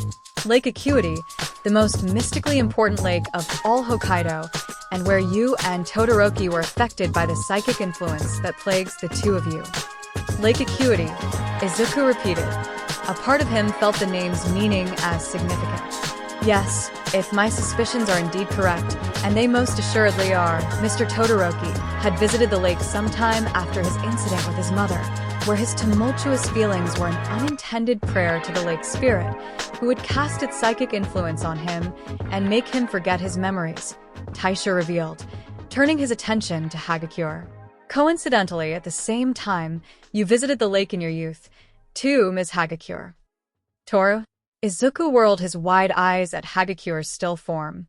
Is that true? Todoroki, too, had wide, surprised eyes. You were there? Todoroki questioned. I don't know. Hagakure stuttered, her head leaned down, and Izuku presumed her eyes were darting around aimlessly as she tried to remember. I mean, I remember my parents taking me here on a visit when I was younger, but I don't remember much of that trip. I always thought it was because I was young and forgot things. It is likely your memories were likewise affected, clouding your visit when you encountered the lake spirit at the same time as Todoroki, Taisha explained. The similarities between your psychic conditions and there, but likely had cost you more. Lake spirit? Professor Taisha, you said that the psychic influence that affected us came from a Pokemon, Izuku pointed out. Spirit, Pokemon, synonyms to the being that which I speak of. Taisha replied cryptically, eyes closed in an almost meditative trance. But something doesn't add up here, Todoroki noted. You say that Hagakure and I were affected by the same Pokemon on the same day, but Midoriya wasn't there, correct? Todoroki turned to Izuku with a question. No, I've never been up to Hokkaido before, much less Lake Acuity. Izuku shook his head. So, if we are all influenced by whatever Pokemon, spirit, whatever resides in this lake, then how come Midoriya is also affected? Todoroki asked. Whoever said the spirit that affected Midoriya and Lake Acuity's spirit were the same? Taisha replied, opening his eyes as the campfire flames reflected in his glasses. Or that Midoriya's condition occurred in the same lake? The question stunned the three silent. Shelgon and Pikachu, freshly freed from his snowy predicament, were too quiet and listening. He means Lake Verity. Froka's voice came up in Izuku's mind, startling him. Where we first met, Master Izuku. Dabua. Izuku replied mentally. Don't you remember Izuku? Evie joined in. When you and Ajui were fishing, and she caught her Psyduck? Izuku's eyes widened as the memory came back to him, standing by as Ajui prepared to battle Psyduck to catch him, only for them to be interrupted by that presence. He remembered the gusts of cool, transparent wind, the shining water rippling, the melodic hum that sang as the shape of that transparent figure rose from the waters. Whoa! Izuku recalled the heavenly cry as clearly as when he first heard it before the shape vanished into the lake. Izuku's eyes widened to the size of dinner plates as he recalled how he felt when the shape emerged. Anger, sadness, and joy, all cascading through his heart chaotically. It was the earliest he could remember feeling his emotions lately running wild. Lake Verity, the shape me and Azui saw back then, Izuku muttered, looking to Taisher, his shocked eyes meeting Taisher's cold, emotionless ones. That was the Pokemon that affected me and Azui, but it isn't the same one as the one that affected Toru and Todoroki, is it? Taisher silently nodded. Easy. What are you talking about? Toru asked, confused and concerned. The day that Mr. Aizawa told us about the sports festival, Azui invited me on a family trip to Lake Verity. It was on that trip where I caught Froka, but before, Azui and I saw something at the lake. It was a vague shape, transparent, and whatever it was, it cried to us before it disappeared back into the water. Since then, my emotions have been uncontrollable, like my hatred of Bakugu. That shape, that Pokemon must have done something to me. Suddenly, Hagakure and Todoroki froze stiffly, their respective eyes widening as they were brought into their minds. Images of a large lake, misty air breezing coolly, and a transparent shape rising from the water and crying before everything went white. Just as suddenly as they were pulled in, the two were blasted out of their minds, the two groaning and clutching their heads, the sudden migraine pounding loudly in their skulls. Izuku was startled by the reactions of the two. Before he could say anything to confirm their conditions, Izuku heard Taisher sigh. Looking at the Pokemon professor, he looked apologetic, remorseful. Just as I surmised, Taisher muttered, his hand raised to his necklace. Izuku's eyes darted to Taisher's iconic necklace, catching how the inner and violet-purple gem flashed. Hagakure and Todoroki stilled again. Their migraines suddenly vanished. They could still feel the throb, but only faintly. Izuku noticed their more relaxed composure, staring wide-eyed at Taisher, who met his stare with a cold gaze. The enigmatic professor shook his head, silently commanding him to stay quiet. Izuku felt conflicted, the continued and growing mystery surrounding the Pokemon professor gnawing impatiently in his mind, but the green-haired would nod, choosing patience over restlessness. What was that? Hagakure stuttered, rubbing her head. Your memories scratching behind the veil cast upon your minds, Taisher sagely replied. Midoriya's similar encounter awakened these memories, yet the spirit's psychic influence persists. But I thought mine was broken during mine and Midoriya's match? Todoroki inquired. Whatever occurred in your battle broke a hole through the veil, but the veil itself remains, Taisher answered. You must be fully free of it, lest the veil may recover and lock your memories behind it again. Todoroki's eyes grew alarmed, fear pounding in his chest of what could happen if that were to occur.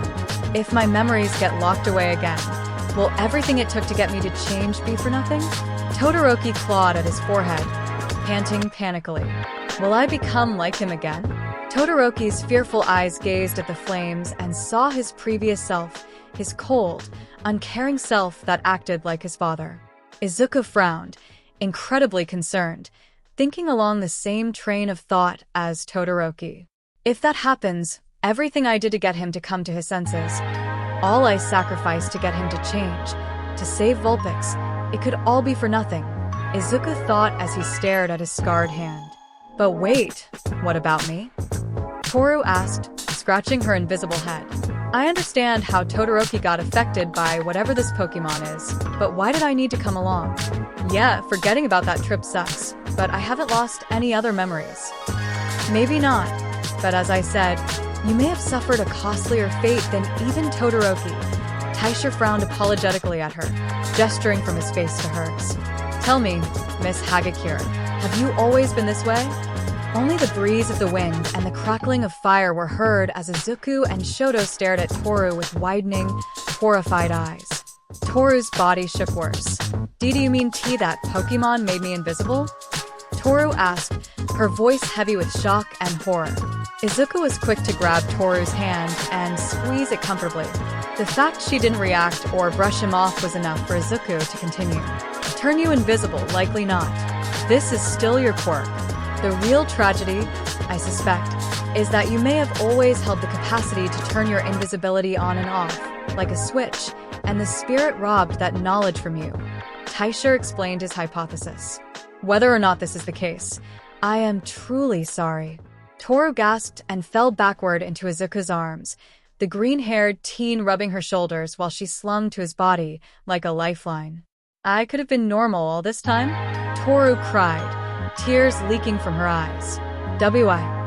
Why would it do this? Todoroki stared at Toru with wide, horrified eyes. In a flicker of the flames, Toru was replaced with Yaoyorozu, crying similarly because of him, just like Toru. Why? What is this Pokemon, and why would it do what it did to me and Hagakure? Todoroki questioned Taisha. Is it similar to the one Midoriya and Azui saw?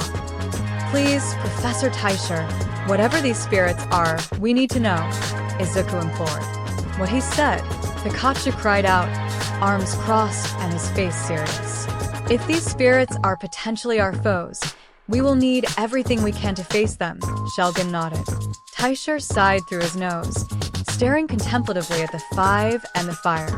Very well, but for me to properly explain what these lake spirits are, I must regale you with a story, Taisha said, the students looking at him surprised and curious. A story of creation, beginnings, and legends. As Taisha drew breath and prepared himself, he stared at the campfire's dancing flames and embers flying into the heavens, mixing with the stars above. Before the beginning, before all that there was only chaos, a primordial void of incomprehensible nothingness and everything. But from primordial waters of the void, a single egg emerged, and from the egg, light and life began. The being that came from this egg took on many forms and shapes, from a mass of light and arms to the body of a man, till it reached its zenith in the form of a great beast, its fur white as light itself, a great heavenly gate around its waist. Arceus, the first being, and the alpha Pokemon. It stood before the void and saw potential, possibility, and life. And so, with a mighty decree, life and light came to be. With the power of its mighty plates, manifested shards of his power, Arceus's work began. As the first second struck, Dialga, the being of time, roared into existence. When the first atom formed, Palkia, being of space, tore his way into being. And as the laws of creation solidified, an opposite was made to balance it all, a being of antimatter, the adversary. With the first of its children, Arceus's work came to be, creation began, and the universe, as we know it, would slowly shape to his machinations. Stars lit, died, and birthed more of creation. Galaxies spun into being. Dimensions of reality splintered and shaped into existence. But as he saw his birthing universe come to be, Arceus sought more, a home for his children to grow and prosper. In the milky depths of where he began his works, Arceus, with his mighty 1,000 arms, formed sky, sea, and land, along with mighty beasts of legend meant to embody and maintain them, the emerald serpent, the sapphire leviathan, and ruby behemoth. Rayquaza, Kyogre, and Groudon, Izuku gasped. Taisha stopped his tail and looked at Izuku. Todoroki and Toru, still pressed against him, likewise stared blankly at him. Boss, really? Pikachu raised an eyebrow. You had to be that guy and interrupt the story? Sorry. Izuku scratched his cheek, embarrassed. I remember them from one of my history lessons. Groudon was what they used to base the design of the zero-pointers. Oh, Toru blinked. I didn't realize that. What other Pokemon did you imagine they used to base their design on? Todoroki questioned. Oh, hush you. Toru pouted. Not to sound impatient, but may I continue the story unimpeded? Taisha inquired, raising a slightly admonishing, if not amused, eyebrow at Izuku. The green-haired teen blushed, embarrassed, and nodded, Todoroki and Hagakure following. Now, where was I? Yes. As the earth that would be this new home was forged, Arceus continued his works and created more legendary creations of all shapes and sizes. The Stag of Life, the Eagle of Destruction, and the Great Titan Dragon to maintain order and balance. The Rainbow Bird of Hope and the Beast of the Sea embodying and dispelling despair. A Great Dragon of Black and White, a culmination of the universe's chaotic draconic energy, who embodied truth and ideals in equal measure. A Guardian Angel of Dreams and the Spectre of Nightmares. A mighty colossus tasked with pulling the lands of the earth into place with his mighty ropes, aided by his legendary titans.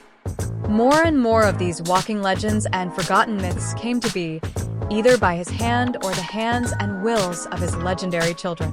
And yet, the creator was still not content. He saw a vast and beautiful world, too big for even him and his children, and thus continued his work. With aid from a mythical creature, new beasts and creatures began to populate the earth. Beasts of similar cloth to him, yet not as mighty, Pokemon, and a new kind of being of Arceus' design, mankind. His only order to his newfound creations: grow, propagate, and unify. Yet to truly make these beings their own, Arceus created and birthed 3 new legendary spirits, beings made to embody the attributes that he would bestow upon creatures of the world. To be his valiant sword, he formed a Zelf, the being of willpower, the valiant one, and as he flew across the lands, mankind and Pokemon alike became determined. The gift of free will sparked in their souls, and resilience and diligence came to be.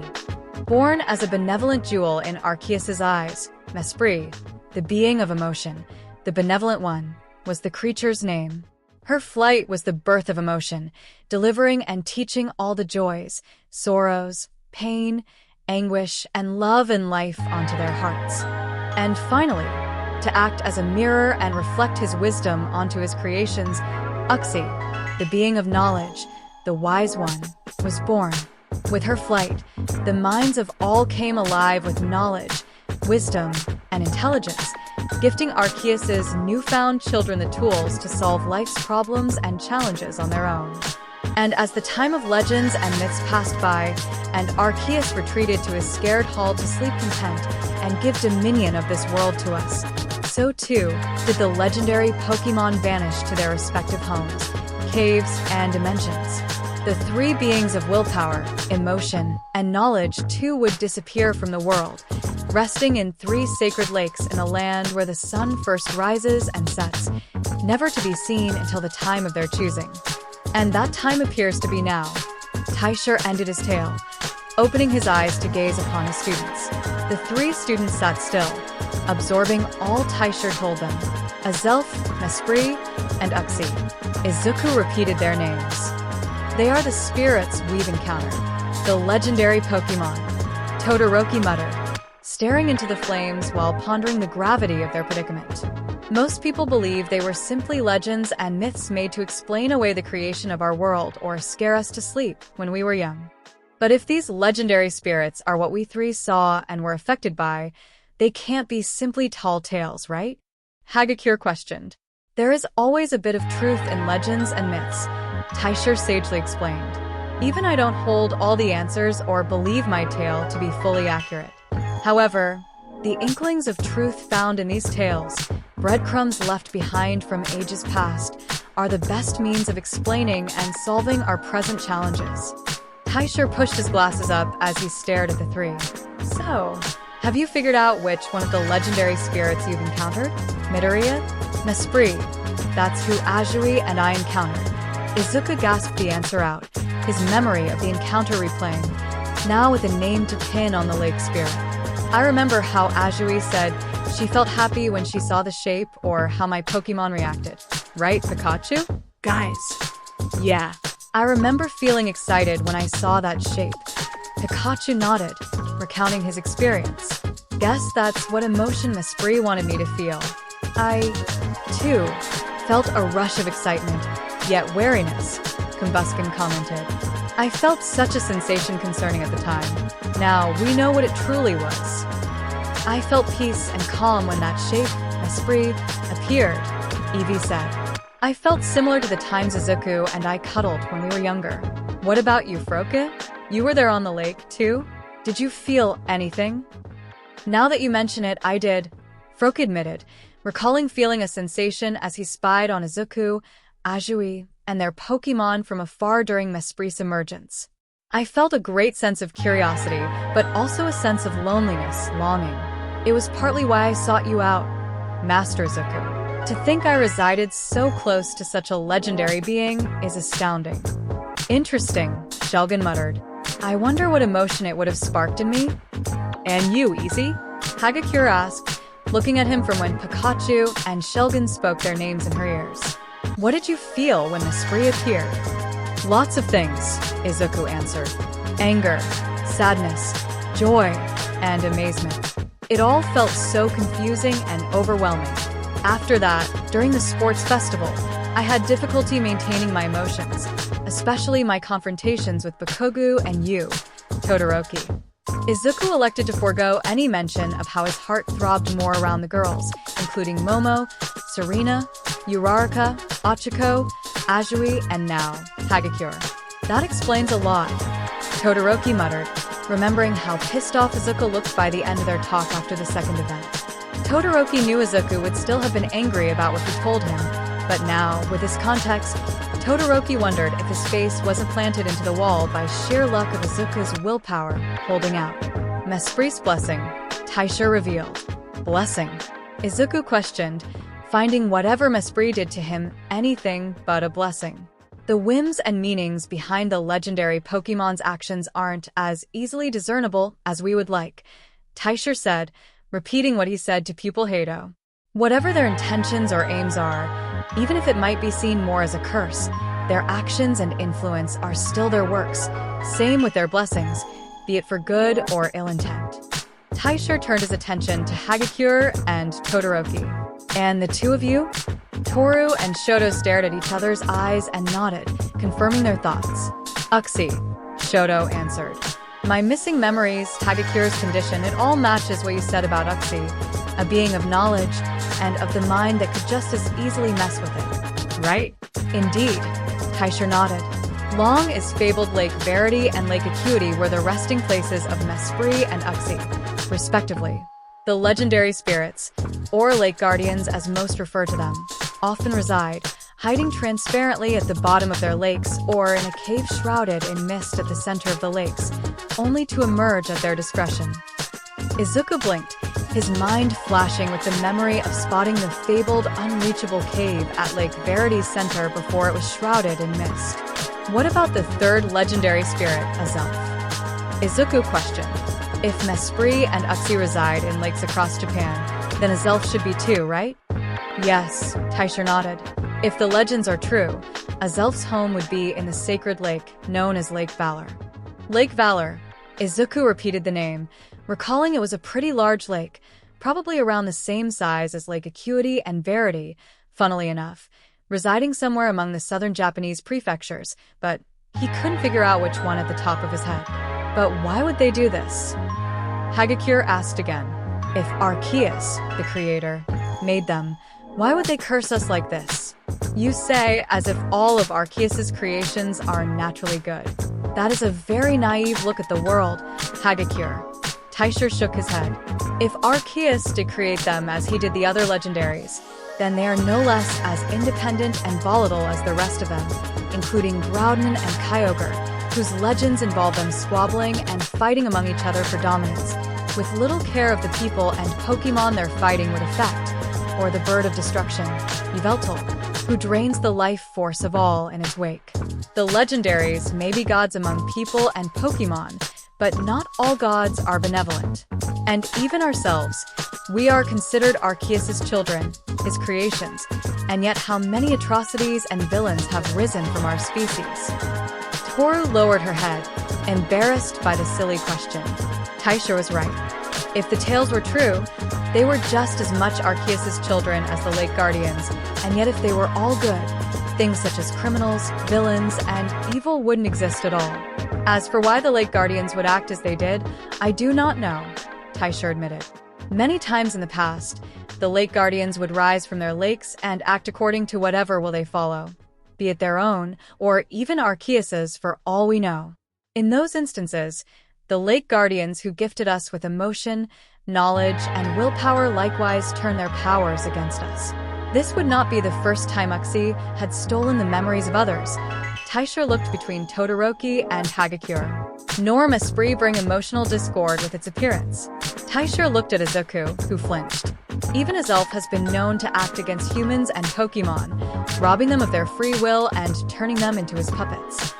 Sounds similar to Shinsu's quirk, Izuku thought, finding a similarity between the indigo-haired team and the being of willpower. Regardless of their intention, our goal with this visit remains clear, Taisha stated. Tomorrow, we will reach Lake Acuity at approximately noon. There, we will commune with Uxie and pray for a reversal of your conditions. Commune? Pray. Todoroki raised an eyebrow. Why not fight and catch it? If it's still a Pokemon, then it should still be subject to capture. Taisha's eyes whirled and gleamed dangerously at Todoroki, the scarred teen paling at the fury and dread contained within, in contrast to Taisha's continued cold demeanor. You speak of a dangerous path you know not where it will lead, Taisha warned dangerously. Regardless of what it has done, she is still a legendary Pokemon of great might, one I will not be so arrogant to believe you children could capture, much less defeat. Even I am not confident whether my Pokemon would succeed in vanquishing it. Izuku, Toru, and Shoto gulped nervously at Taisha's tone and warning, agreeing that a legendary Pokemon, something that existed for thousands of years and created by Arceus itself, would be a monstrous task to overcome, one they and their Pokemon are far from ready for. And even if, by some miraculous twist of fate, you could capture Uxie, we know not what would happen as a result of taking a lake guardian away from its resting place against its will, Taisha further warned. Uxie embodies all of human intellect and wisdom, a master of such an important domain to all mankind and Pokemon alike. Would you be willing to capture it if it could spell the loss of human intelligence worldwide? Worse, would you be honest and say you would not let such godly power corrupt you? Todoroki lowered his head, shame and fear plastered on his face. No, he answered. Already had Shoto let himself act and become just like his abuser of a father, holding a Pokemon capable of godlike feats. Todoroki paled at what he would do with such power. I thought not, Taisha nodded. The ridiculous notion of even fighting Uxie is more preposterous if you consider it might not even appear to accept your challenge. Todoroki felt a weight of comical shame and embarrassment crash over his head. Yeah, that just sounds silly, Hagakure muttered. If it can manipulate and read minds, I don't imagine it would want to come out willingly if it could read your intentions easily. Todoroki felt another comical weight land on him again, but where the first was labeled ridiculous, this one read silly. But Professor Taisha, if all this is true, what makes you think that Uxie will even come out to answer us, let alone do what we want? Izuku questioned. This can't be the first time someone knew Uxie existed here and prayed for it to come out, right? That is true, Taisha nodded. Yet the chances are greater if she recognizes the one whose prayer she answered. Taisha looked to Todoroki. Shoto blinked, surprised. Me? Todoroki questioned. What prayer of mine did she answer? Whatever prayer you made that day, Taisha responded. Contrary to Mesp's reactions with Midoriya and Azuri, the lake guardians don't appear easily or frequently, much less act without proper cause. And for Uxie, she may have done her works for your past self's desires. Shoto stared at the snowy ground, digesting this new revelation. However, this gamble of ours has its ace in the hole, Taisha declared, staring directly at Midoriya. That is why you are here, Midoriya? Izuku blinked, flabbergasted. Me. Izuku exclaimed, pointing at himself. It is because of your presence that Uxie might be willing to emerge and hear us out, Taisha stated. And why is that? Todoroki raised an eyebrow. I doubt it must be something simple like Midoriya's strong quirk or character. No, but it is important to remember a clear distinction between Midoriya's visit to Lake Verity and the Azui's annual family trips to the lake, Taisha pointed out. Every year, the Azuis would visit Lake Verity for a family field trip to capture and release Pokemon, and for all the years, including all 15 of Azui's yearly visits. It was only when Midoriya joined that Mesprit chose to appear. But that could just be a coincidence. Izuku exclaimed, arms waving around panically. You really can't expect me to be someone important enough to gain a legendary Pokemon's attention? If only you knew how wrong you were, Taisha thought. But he couldn't reveal what he knew about Midoriya to him here and now, especially in front of Hagakure and Todoroki. In my years of experience, there is no such thing as coincidence. Everything happens for a reason, Taisha declared. Why Hagakure was there at the same time Todoroki encountered Uxie. Why Mesprit would appear now of all of the Azui family trips. Why all of you are here now. Fate has brought you here together. Now it is time to find out why. I guess, Hagakure muttered, unsure. But Uxie might fix whatever she did to me and Todoroki, but what about Easy? Would Uxie be able to fix what Mesprit did to him? Unfortunately, no. Taisha shook his head. It is unlikely that one of the Lake Guardians could undo the works of another. Then he should have gone to Lake Verity instead. Hagakure shouted, concern and care for her friend/crush fueling the righteous fire from within. One of the other teachers could have taken him back to meet with Mesprit while we dealt with Uxie. Already you forget why Midoriya has to be here. Taisha shook his head again. Midoriya's appearance is critical for Uxie to appear at all. Without him, this trip would end in only failure. But how do you know that? Hagakure yelled desperately, yet Taisha's face remained as still as stone with an apologetic look in his eyes. Hagakure's shoulders slumped. It's not fair. Toru, Izuku said softly, his hand on her shoulder. It's all right. Toru and Todoroki looked at him. I appreciate you worrying about me, but I agree with Professor Taisha. If he's sure Uxie will appear thanks to me, if it means you and Todoroki can be free from what it did, then wrestling with emotional discord for a bit longer is a small price to pay. Not to me, or any of our friends, Hagakure replied.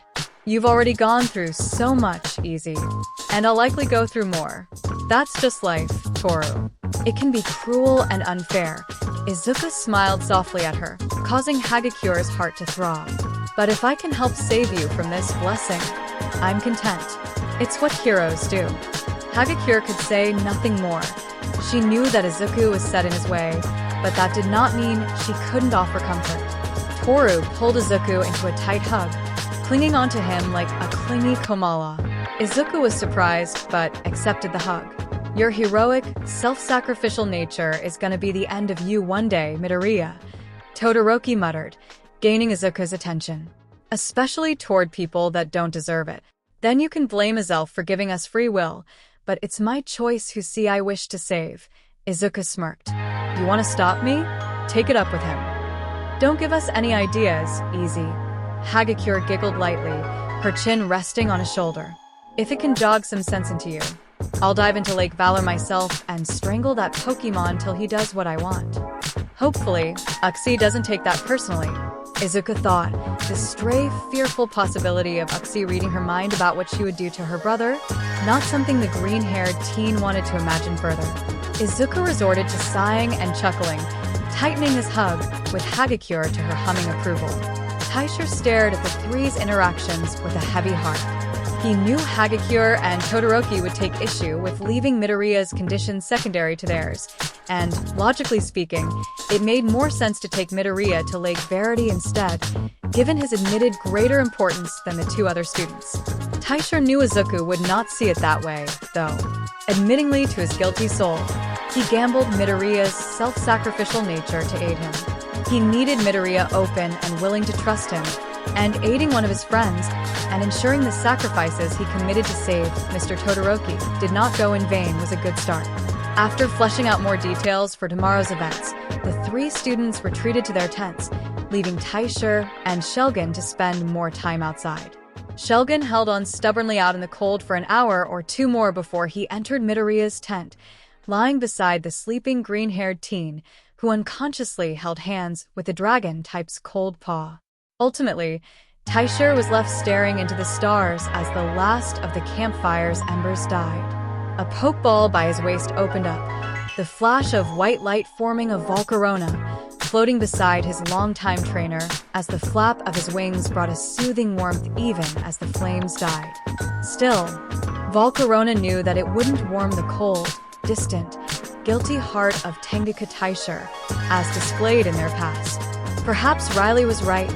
I am a cold, heartless bastard, Taisher admitted as he stared into flames, knowing, deep down, there was no perhaps. The next day at noon, the four arrived and stood upon the shores of their destination, the three younger members staring in awe at the sight before them. Lake Acuity was as wide and expansive as Lake Verity, perhaps a bit wider in Izuku's opinion. Like its sister lake inside the swamp, Lake Acuity's glittering waters were blanketed by thin strips of mist, though Midoriya couldn't tell how much of it was home of legendary Pokemon mist to cold, wintry mist. The main feature that separated this mystical lake from the other was that Lake Acuity had several sheets of ice floating around, speaking to its colder waters. As Izuku stared at the distant center of the lake, the mist coalesced thickly, a blink of his eyes nearly making the green-haired teen miss the glimpse of land with a cave before it was shrouded. Just like Lake Verity, Izuku thought, wondering if this mist-covered island was also unreachable by the same supernatural constraints. Shoto and Toru likewise stared at the lake with a different kind of awe, a reminiscent one. The lost memories the two have of their visit scratched at the surface of their minds achingly with every familiar detail.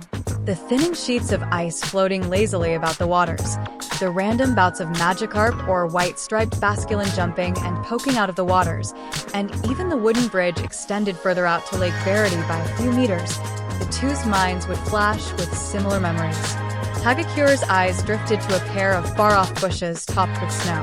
Her gloved fingers twitched as she remembered how thick they felt when parting, how its leaves felt against her cheek.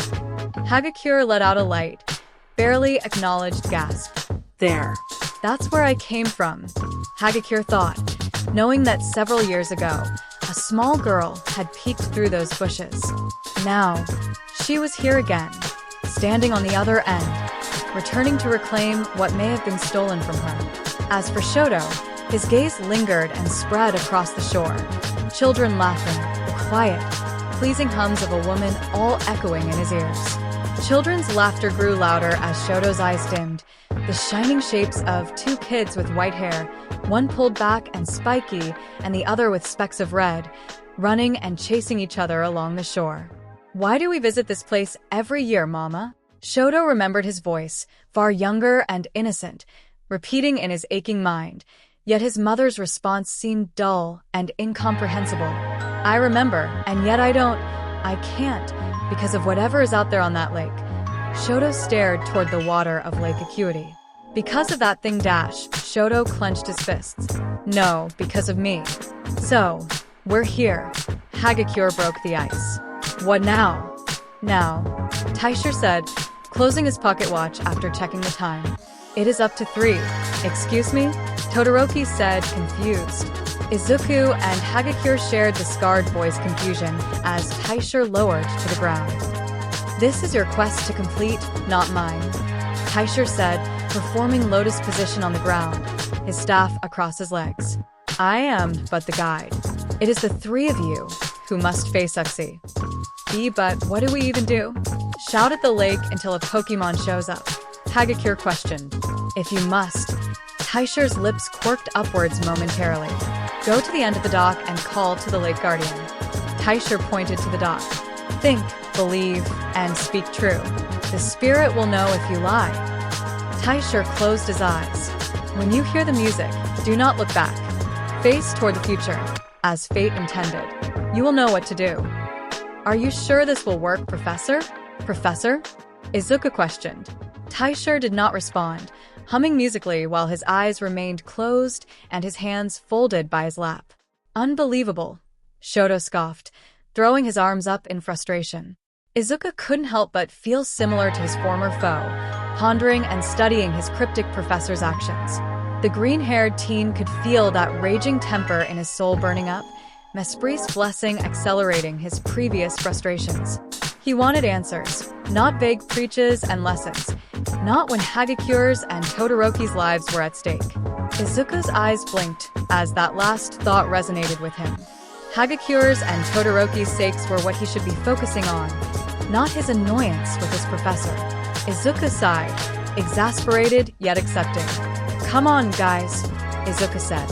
"Easy." Hagakure quirked her head to the side. Todoroki also looked at him. "There's no use arguing about it now," Izuku stated, staring seriously at them and the lake. "We're here. It's nearly noon, and I don't want to revisit and try again another time because we were too stubborn and confused to do anything. Let's get this done and give this legendary Pokemon a piece of our minds." With his piece to them said, Izuku strode toward the wooden dock. "My respect for our trainer grows with every display of confidence in dire situations," Shelgin commented as he walked after his trainer. "Well, you screwballs coming or what?"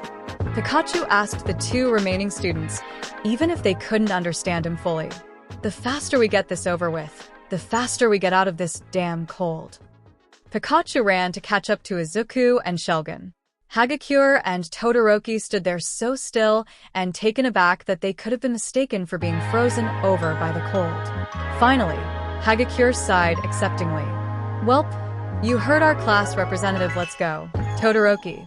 Hagakure turned and followed after Izuku. "I have some words of my own for Uxie." Todoroki stared at her as she went on ahead.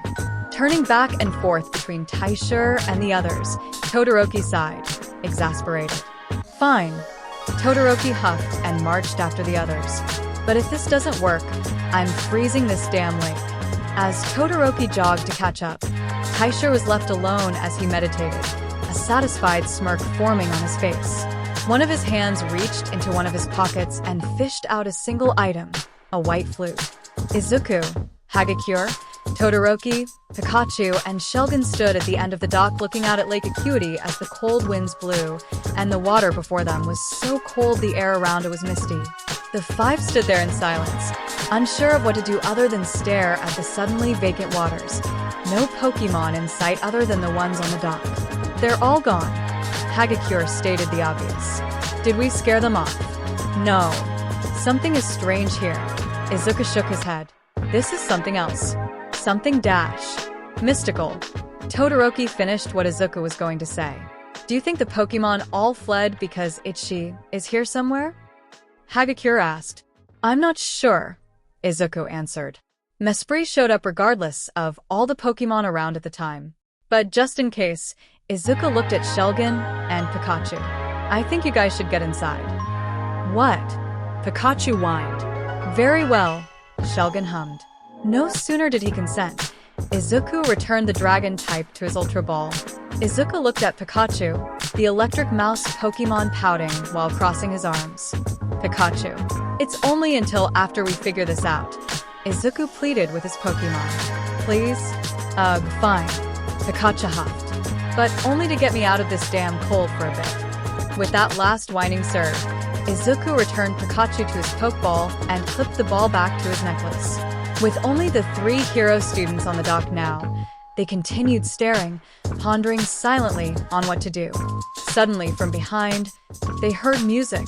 The melody was pleasant, soothing, inviting even, its notes carried in the wind that seemed to lose its sound in favor of adhering to the melody. "Is that Professor Taisher?" Hagakure questioned, about to turn her head. Remembering Taisher's words, Izuku quickly grabbed Toru's hand to stop her. Hagakure stared at the sudden action with an unseen blush. "Aye, easy. Remember what the professor said? When we hear the music, don't look back," Izuku instructed, his eyes steadied on the lake. "Face forward, and we will know what to do." "All right," Hagakure said, still a bit unsure. "And what are to do exactly?" "Talk," Todoroki answered, staring into the waters. Plead. Confess. Resolve in his eyes, Todoroki stepped forward further up the pier, leaving Izuku and Hagakure to stare at him. Todoroki's steps ended with his toes touching the edge of the dock, the whole of Lake Acuity before him while the music played into the wind behind him. Todoroki stared down, gazing at his watery reflection and seeing his younger self look back, the fresh bandages on his left side still there. "I understand now what happened, how I caused this," Todoroki thought with clarity. Time to fix it. Being of knowledge. Wise one. Uxie. Todoroki yelled out to the waters. I call to you as Shoto Todoroki, son of Enji Todoroki and Rei Todoroki. His face flinched and squirmed slightly with emotion. I come here now. I have returned here after so many years, lost and confused. I know what happened here. I know why you did what you did, taking away and veiling my memories. Shoto took a deep breath, his guilty heart weighing as if he would break through the dock and sink into the lake's depths. After my mother scarred me and was taken away, my father took me here to try healing me, if not physically, then mentally, Shoto explained, Izuku and Hagakure listening intently. I was in pain, confused, and angry at my father, my mother, and the whole world for being born as I was. I thought of myself as cursed, so damned that my mother scarred me for life. I hated myself for being a tormented burden upon her, my father for condemning me, her, and my siblings to this painful life, and the memories I shared of my mother, memories that only held longing and pain. I was sick of them, tired of the pain, and wanted to get rid of them. My mother told me about this lake, your lake, and of its importance, its power, your power, and I wanted you to make my memories disappear. Shoto explained, voice heavy and cracked, tears trickling frigidly down his cheeks. I thought my memories brought only pain, and I wanted solace from them, erased, taken away, hidden within the deepest recesses of my mind, and you granted that wish. I forgot, but the pain didn't stop. It only spread. Shoto's hand brushed against Vulpix's pokeball.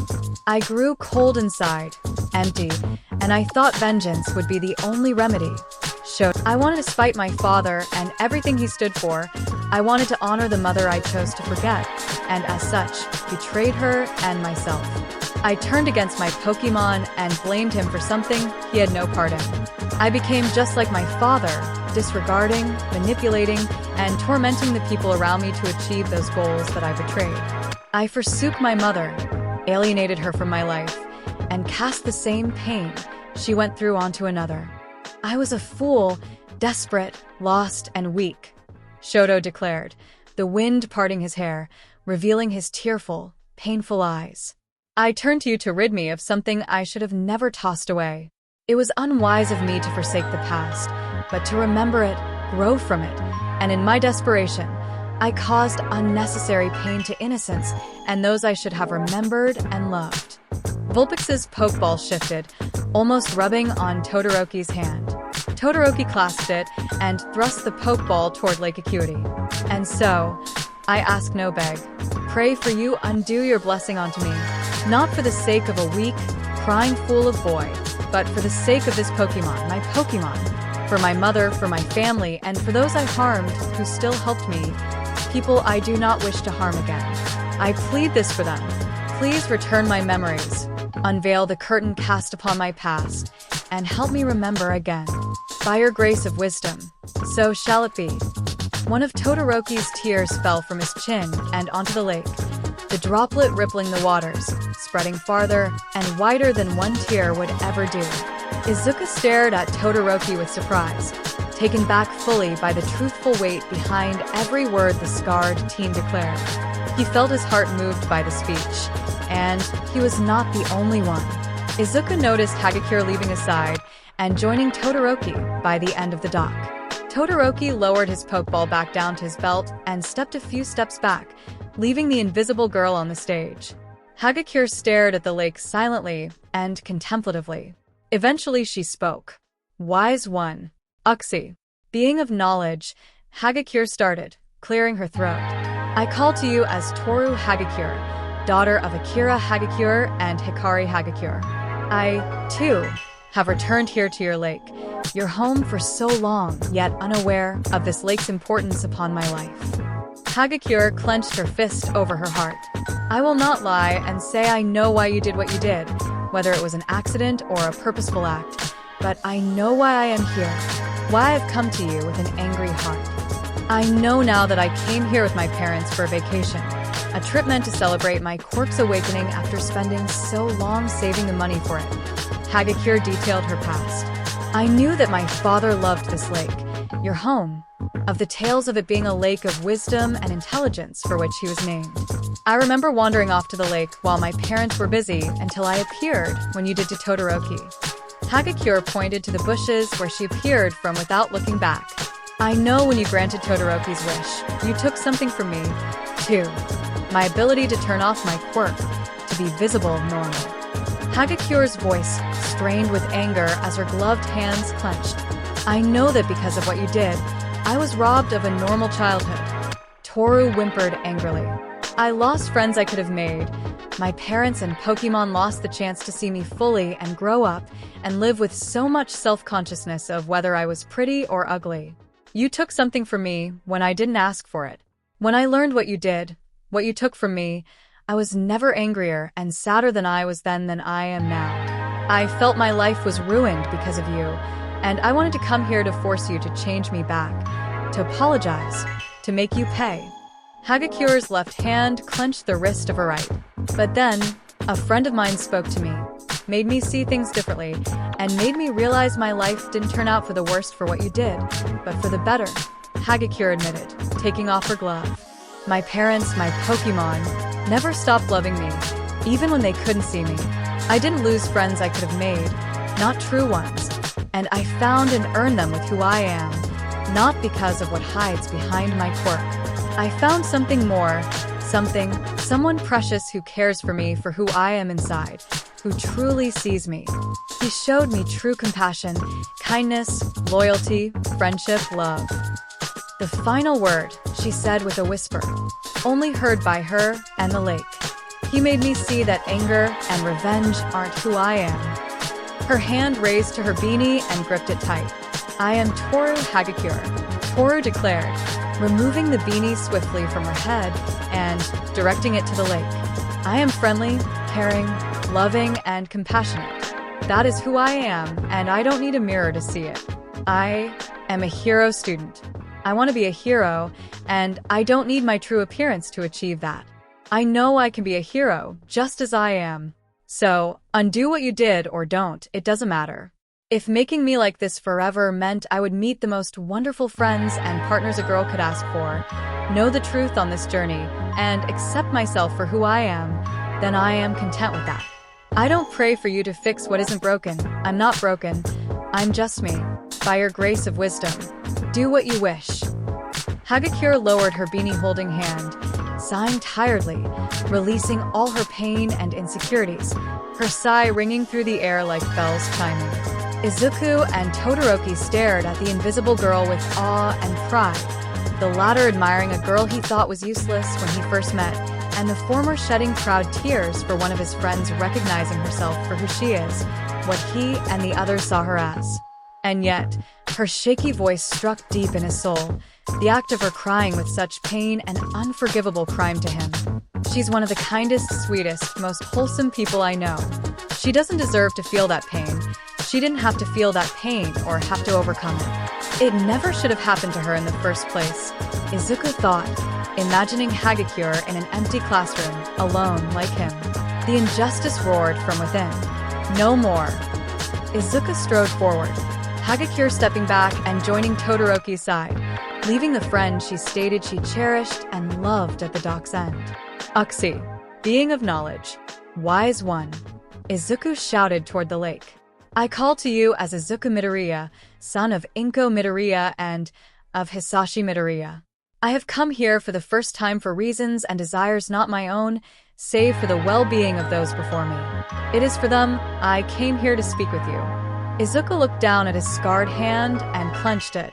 And it is for them that stand against you. Hagakure and Todoroki blinked, gaping, flabbergasted at Izuku for what he said. Even Taisher nearly faltered playing his flute, paling with dread. I know now of what drew me here, of what you did to Hagakure and Todoroki, what your sister, Miss Bree, did to me and Azui, my friends, my classmates, and it is because she appears safe that I don't do the same toward your sister, Izuku stated, the water below him rippling more noticeably. I don't pretend to know why you obeyed the desperate wish of a lost, hurting boy or needlessly take from a bystander. I don't know whether it be coincidence, fate, work of Arceus, or yourselves, and it matters not. What does matter? What I do know is what you did to them. As I listen to these two pour their hearts and truth to you, their malefactor, understand you, their offender, and even thank you, their villain, I could not be prouder of them. Izuku continued, gestured to them without looking back, for acknowledging their mistakes and their past, and striving to better oneself for others they wronged. Todoroki gazed at Izuku with a slightly open mouth, for reconciling with past trauma, overcoming insecurities, and accepting who one is, inside and out.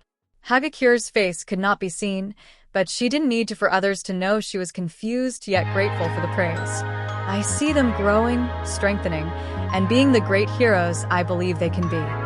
Izuku frowned, but it doesn't change the fact of what you did.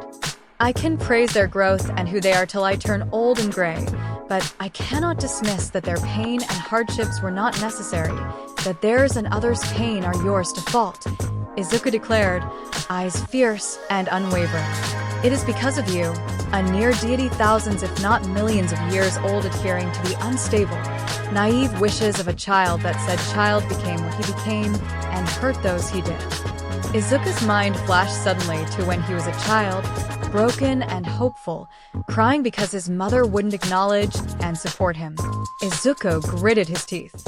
It is because of your deed that Todoroki mistreated and abused his Vulpix, one of your fellow Pokemon, needlessly and scarred their bond forever. Todoroki blinked, glancing at Vulpix's Pokeball guiltily. It is because of you that Todoroki forgot who he was, and in his time lost, manipulated and hurt my friends to get to me, sabotaged himself, and spat the memory of his mother by becoming like his father, because you entertained Todoroki's ill-conceived wish. It is because of you that Toru had to live so long self-conscious about herself, a worry she need not have suffered so much at all, Izuku declared further, Hagakure's body shaking. While she found friends in me and others, Toru didn't need to worry about how we felt about her, about how we see her for who she is. Another image flashed forcefully in his mind, this time of Izuku revealing his past with Bakugo and being surprised by their unwavering support and friendship. Izuku growled, Toru has the making of a great hero, but the greater potential she has, the one I know is within her, would have been awakened sooner and stronger if you did not sabotage her life with an act most would call a charitable accident. Damn the reasons why. Izuku lifted his scarred hand to the lake in an inviting gesture. Look at me and know that I, Izuku Midoriya, stand here to condemn you where others wouldn't, Izuku proclaimed, his eyes glowing ocean blue, his words echoing across Lake Acuity. I speak the truth that others would be too frightened to speak to a god in all but name. I state the cold, hard facts others would dismiss because of the inconceivable intentions of a deity like you. I don't beg, plead, or ask anything for myself, but demand that you undo what you have done to Toru Hagakure and Shoto Todoroki. For themselves, for those who care about them, I demand it. I care not for what you would do to me. I'm not frightened but what you are, and I'm done cowering over those who believe themselves my betters. With all the wisdom and knowledge I have, I declare what you did, whatever your intentions hurt them, made them suffer, and for that, you are wrong. Izuku's last echoing words silenced all other sounds. The whole world seemed to hold its breath without music from a flute, the harsh breeze of the wind, or the rippling of water. Izuku lowered his hand and continued staring unwaveringly at the lake and the Pokemon of wisdom and knowledge he called wrong, hiding in its depths. Hagakure and Todoroki looked at each other. They could see it in their wet eyes. They were touched by Izuku's words, their accomplishments and growth recognized, yet their pain was acknowledged and treated with unceasing compassion, even in the face of a god. But now the two are worried shitless for the fate of their friend who dared speak out against such a deity. Easy dash, whatever Hagakure was going to say, was silenced by the lake. The three stared as the waters of Lake Acuity began to ripple. The icy mist was blown away by cool, transparent winds, circling a single, rippling spot meters from them. The waters in the center began to shine. Izuku's eyes widened at the familiar sight while Hagakure and Todoroki gawked speechless, subconsciously walking forward and standing by Izuku's sides. From afar, Taisher stared, mystified. Melodic humming sang in the air as a transparent shape emerged from the waters. One Izuku, two, found very familiar. The shape held the same structure as its Lake Verity sister from its main body, arms, legs, and two tails, yet the top was different, more circular, and complete rather than the sprouting dreadlocks of the other. Is that like how you described the other one? Todoroki asked, but he didn't need to look at Midoriya to know he was nodding. She is real. Hagakure gasped with wonder. Uxie, Izuku announced the deity's name. Instantly, the transparent shape burst away in sparkles, and the being of knowledge's true form was visible. Uxie was small for a supposed deity-like Pokemon, but everything about it gave it an air of mystery and mysticism. Her small grayish-blue body was ovalish, flowing downward from her upper body to her lower end like a typical teardrop. Her feet were two ovalish stubs, and her arms were longer, almost reaching her toes.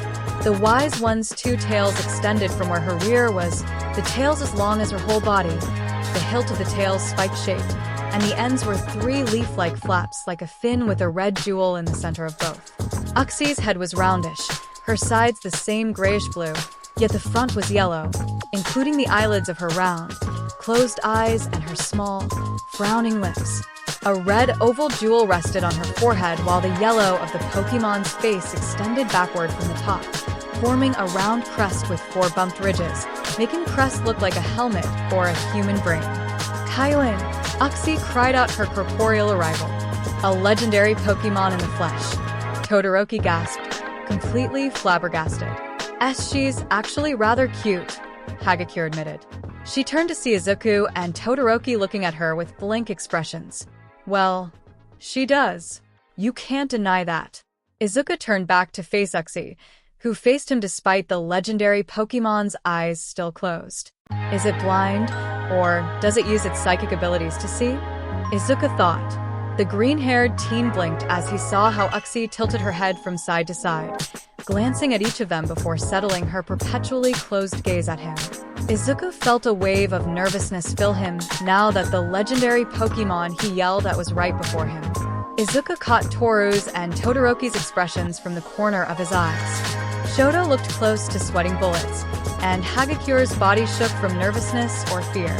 Reminding himself why he did what he did, Izuku clenched his fists, banishing the fear within. Okay, now's no time to back down or brainstorm, Izuku thought, turning back to Uxie. Izuku took a step further, the toes of his shoes past the edge, and above the lake's cold waters. Izuku and Uxie stared each other down. Uxie's eyes closed, yet the very aura around her exuded timeless wisdom and intelligence, while Izuku stared down the floating Pokemon with determined green eyes. Uxie, Pokemon of wisdom. Izuku greeted the legendary Pokemon. You came. I was afraid you wouldn't. Uxie said nothing, continuing to stare at the green-haired boy silently. Izuku didn't know whether it was due to a lack of communication abilities or if it was purposefully taciturn. Regardless, Izuku could tell that the Pokemon listened to them and understood him, and that was enough. I meant what I said, Izuku stated, steeling his nerves. I don't know or care what your reasons were for what you did to Toru and Todoroki. It was wrong. Toru and Todoroki hissed quietly. The two wanted to rush their class rep and get him to stop talking before he made it worse for himself. Uxie's silence and frown did not ease their flaring nerves and panicked minds. I know that you are a legendary Pokemon who could so easily punish me for everything I said, but then would that be smart? A wise one? Izuku continued, questioning the being of knowledge. You are supposed to value and embody wisdom. So, isn't it wrong to smite down someone for questioning and criticizing your judgment, no matter who you are? Would that not be an unwise act of hubris rather than honest candor? Uxie tilted her head, analytically regarding Izuku, yet did nothing more. Impatience flared in his head, but Izuku smushed it down. We came here because of what you did to Toru Hagakure and Shoto Todoroki in the past, Izuku explained. We traveled across half of Hokkaido, faced cold and snow, faced our deepest insecurities to get here, to see you, and remove what you did to their minds. It may sound arrogant, but I'm not here to beg or pray for you like you're some god. I'm here because they need my help, I'm here because they are in pain and in fear of what you did, and I won't let them suffer any longer. Izuku removed his necklace containing Pikachu's Pokeball and his trainer belt, setting his Pokemon's Pokeballs to the floor beside him, to Toru's and Shoto's astonishment. I can't force you to do anything.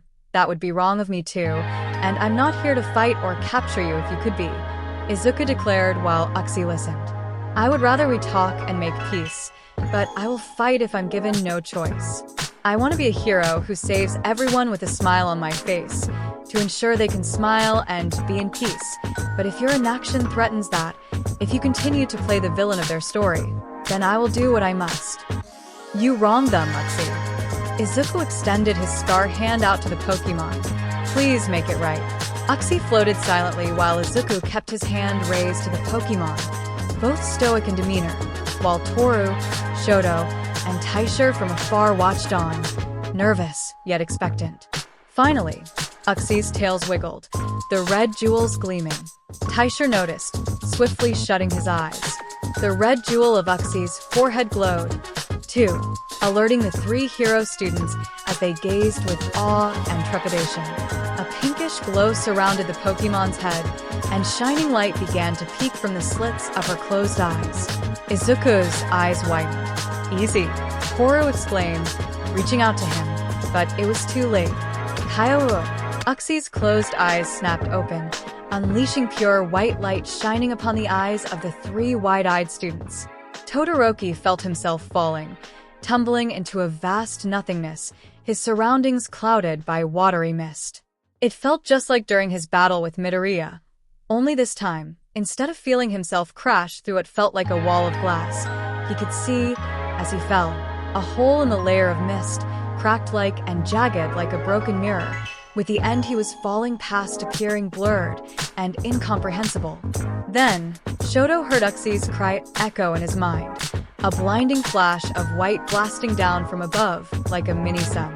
The rest of the breached barrier began to crack, the white light peeking from the forming openings, the incomprehensible mist fading, and eventually, it all shattered, and light overwhelmed Shoto's consciousness from above and below him.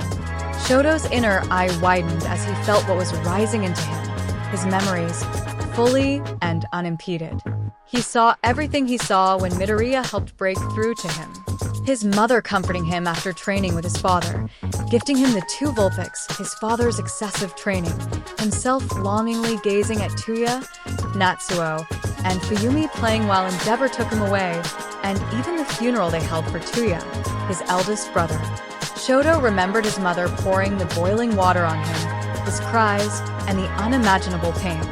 Likewise, he saw his mother blink repeatedly, sadness and horror in her eyes as she snapped back to reality and quickly attended to him. His mother's fervent apologies reached his ears through his wailing. In a flash, Shoto found himself once more before Lake Acuity, but smaller, weaker, and his eyesight clouded on his left by bandages. The scarred boy quickly realized he was in the memory of his last visit to Lake Acuity, his first and only without his mother. He remembered the events that led to him here, from his stubborn refusal to leave his room, sluggish, lackluster attempts to eat his food, and ignoring Natsuo or Fuyumi whenever they tried to talk to him. Tuya didn't, and it looked like he was grinning viciously for a fraction of a second. Shoto recalled Endeavor declaring that they would head to Lake Acuity to move on from this abysmal state he was in. At first, young Shoto had refused but held no choice but to go with him anyway. He and Endeavor barely spoke to each other on their trip or when they camped. Then, when they arrived at the lake, Endeavor stood there with him for a few minutes before walking off, telling him to do whatever he needed to do to let go. Shoto saw it through his own eyes, walking up to the end of the dock, his tears falling to the wooden planks as he reached the end. Shoto felt his mouth move on its own and speak the words of the past. It's all his fault. He made her hurt me. Mama wouldn't. Young Shoto wept, his tiny fists clenched. I don't understand. I don't want to feel this way anymore. All I see when I remember her is pain. I don't want it. I don't want it. Please, someone. Help me. Please, make the pain end. Please, make her go away. Please. Shoto saw a tear fall into the lake, the waters rippling. Shoto remembered seeing the mist and cool winds gathering, a glittering light rising from the water. Shoto's eyes widened as he saw Uxie's transparent shape emerge and cry out. The shape regarded him before the jewels of his forehead and tail glowed, and two bright white lights flashed and overtook him. When the light faded, there was no more shape, no more rippling, glittering water, no cold wind or mist, just silence. Shoto recalled being confused and afraid. He had tried thinking of his mother and cringed as if he hit a newly formed brick wall. All his mind could conjure was the faint smile of a white-haired woman whose eyes he couldn't make out. Before long, Shoto's relief turned to cold, emotionless apathy, and the recently scarred boy walked back toward his father's camp, dull and lifeless, the memory of what he had seen fading from his mind. Until now. Suddenly, Shoto felt himself pulled from his mind, yelling as he hurled back into the real world. All Toru saw was white light, and she suddenly found herself in an endless expanse of blank white nothingness. Toru looked around and tried calling for anyone, for Aizu, Professor Taisha, or even Todoroki, but no sound escaped her throat. She tried cupping her hands over her mouth before she froze, realizing that she could see her hands, or what was the shape of her hands. They felt like hers, but they felt sluggish, like she was moving through water, and they were transparent, yet she could see their shape like she saw Uxie's.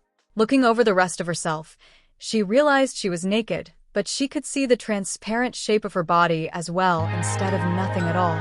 Wherever she moved her arms, the space she passed left a trail of watery rainbow colors, and the more she moved them, the more the colors stuck to the shape of her arms like paint. Toru followed this up by moving her whole body against the sluggish constraints of where she was at, and more color began to cling and color her body till it was a kaleidoscope of rainbow colors. But as she did, she felt full. Not like when she ate too much, but more like she filled something vacant. A space within her body, previously empty, now filled with something that made her body tingly, buzzing with energy. So much that she felt she couldn't contain it anymore. And as if on instinct, she didn't. With a cry, she spread her body out, and the rainbow light within burst forth and filled the blank white canvas around her with a multitude of colors and light, glittering and sparkling. Toru felt overwhelmed, elated, and wonder flooding her mind. Then she heard Uxie's cries again, and Toru felt herself dragged once more with a flash of white light. When she regained her sight, she was looking in a mirror, but the person she saw was alien to her, a little girl, her skin pale white, and her hair of vivid yellow-green color, chartreuse, with flecks and tiny splotches of pink here and there. A light from a window so bright that she couldn't see the girl's eyes. She felt herself move as if on autopilot, and the girl in the mirror matched her movements. Toru realized resoundingly that the girl in the mirror was her, the true her. The scenes she saw, her memories, she realized, played out rapidly, so fast she could barely pick up on them. She saw her parents telling her about a vacation they were going on. She remembered heading to their destination, a cabin near Lake Acuity, and she remembered her mother saying she could go ahead and play in the snow while they finished unpacking as long as she didn't wander off too far. Young Toru didn't keep her promise. Within moments, she was wandering through the woods beside the lake before finally parting clear a pair of familiar bushes. As she did, Toru, living through the memories of her past self, saw Lake Acuity and the dock bridge she was on right now with Easy and Todoroki. However, what she saw instead was a young boy around her age with red and white hair, young Shoto. As she looked to where he was facing, she saw the transparent shape of Uxie, although her younger self didn't know it at the time. Uxie's jewels glowed red, and young Toru squeaked in fright, activating her quirk, and the hands parting the bushes in front of her vanished from sight. Not a second longer, a blinding flash of white light came from Uxie and slammed into Toru's mind. When the light hit her, Toru felt disoriented, sluggish, and confused. By the time she came to her senses, the boy she would know as young Shoto was gone, along with Uxie, and the young Toru knew not why she was there and had no inkling of what she saw before. She stared at her hands, still invisible, but no matter how much she wanted, they didn't reappear. Young Toru felt she had forgotten something important, but she couldn't figure out why. Toru felt disconnected and saw her younger self in the third person, like a ghost in her memory. Toru and her younger self heard their mother calling for her, and Toru watched her younger version run after her mother's voice. Toru tried reaching out to her, yelling at her to stop and come back, yet the world faded to white, and Toru felt pulled back to the present. As the white light faded, Izuku's eyes opened with a gasp. Izuku looked around his surroundings only to find a familiar darkness surrounding him. This was the same darkness he found himself in after the battle training exercise and after he passed out in his match against Todoroki. What was different here was that, unlike the previous times, his body was whole. None of his limbs buzzed with numbness, and he could move freely and without restraint. Before Izuku could wonder further what was happening, he turned and froze as a figure stood a meter away. "Mom?" Izuku questioned, his voice echoing all around him. True enough, his mother stood before him, wearing a loose pink sweater over a white blouse and a blue skirt, her usual attire. As Izuku stepped forward to reach out to her, a light shined beneath him. Looking down, Izuku saw his foot stepping on a glowing blue circle, the light a similar color to his aura spheres. A line shot forward from the circle, extending through the black void of a floor in a straight line, leading toward his mother and the similar glowing blue circle she was standing on, though it looked faded compared to his. Izuku's body was pulled by an unseen force, rocketing him toward his mother, who stared and smiled blankly, unfazed about his rapid, unwilling approach. Before he could slam into her, her body became transparent blue and faded, the green-haired boy passing through the shape of her like she was made of mist. As he zoomed past, he could see his mother reform and watching him go by. Izuku looked back to where he was being pulled and saw his body was following the same line on the ground. Suddenly, the line shifted right, and Izuku's body followed it. This continued until the line split two ways, one continuing forward whilst another veered left. His body took the leftward line, yet Izuku watched as the other line went right, running parallel to his mom's and his, yet he couldn't see where the line headed as it vanished into the darkness. Izuku returned his gaze to where his body was taking him, and he found another figure, a woman. This woman looked like a hero with her costume, a black, skin-tight jumpsuit that showed off her muscular figure, a red sash tied at her hips, white boots on her feet, yellow gloves on her hands, and a flowing white cape tied around her shoulders. The woman's raven black hair, tied in a high ponytail, reminded him of his mother's. The woman, previously with her back turned to him, noticed his approach and turned to face him. Izuku's eyes widened as he saw the woman's face also looked similar to his mom, only her features were sharper, her eyes a dull purple, and there was a small mole below her bottom lip. Izuku could have sworn he had seen her before, but couldn't figure out where.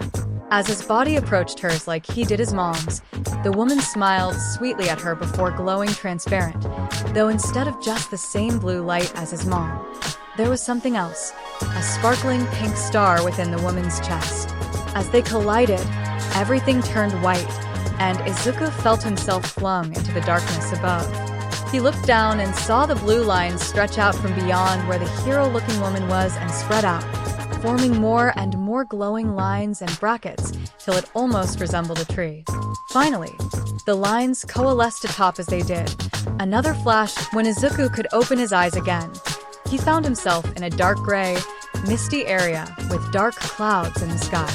He stood before a jagged cliff, a dense forest behind him, and healthy grass at his feet. Izuku continued looking around. Following the cliff he saw, at the pointed edge of the cliff stood two figures. The easiest to make out was a Lucario, the aura Pokemon's blue and black fur, pointed ears, and black teardrop appendages on its head, a dead giveaway. The second one was less distinguishing. His body was cloaked in a dark brown cloak, the bellowing winds brushing the cloak enough for a black cape to peek out from underneath. Izuku froze, his heart pounding in his chest, something within himself resonating at the sight of the figure. He tried calling out, but before he did, the figure perked up and turned to look at him. Their body was clothed in a weird getup of black, blue, and gray robes, though most of the figure's identifying traits were still covered in the cloak, including their face. However, two items were shown in the figure's gloved hands. The first was a clear white rectangular plate, one which Izuku couldn't help but find familiar in design. Its corners into triangles with a diamond-like design at the base, and at the center a star-like design that shined briefly. The second was what got Izuku's eyes widening. It was a staff, Professor Taisher's staff, or at least a similar version of it. As the diamond globe on the staff and the plate glowed, the dark clouds and mist parted behind the figure, and shining forth was a massive, glimmering crystal tree. The tree's magnitude and splendor stole Izuku's breath before the light overtook everything while the figure and their Lucario vanished. The next place Izuku found himself was perhaps the strangest one yet. He stood before a massive hall, pillars of marble rising toward a roof that wasn't there but a starry sky. Yet the pillars themselves didn't seem to end either, only fading into the space above. As Izuku looked around, he was surrounded by floating structures that spiraled upwards, increasing in width and number. The structures looked like thrones, yet the seats appeared too wide for a normal human to sit on, and these thrones looked broken. They were chipped, cracked, pieces chunked off and floating nearby, and some even completely broken to the point the pieces held the rough outline of a throne. One of them looked split into 3 pieces. Izuku noticed that one side of the spiraling thrones held space for a few larger thrones, 3 at the base level, the middle one looking almost completely destroyed, and one above them at the most middling of the spiral. This throne was the only one that wasn't broken, yet its splendor faded as if it shone brighter before, but was now dulled by the state of this room full of broken thrones. Its design resembled Taisher's necklace, with diagonal spikes forming from a golden arc behind the throne. Izuku looked closer and realized that the same plate the figure previously held was floating in the middle of the throne.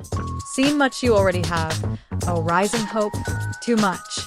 Izuku jumped at the voice, booming and echoing across the throne room with authority and magnificence. Who are you?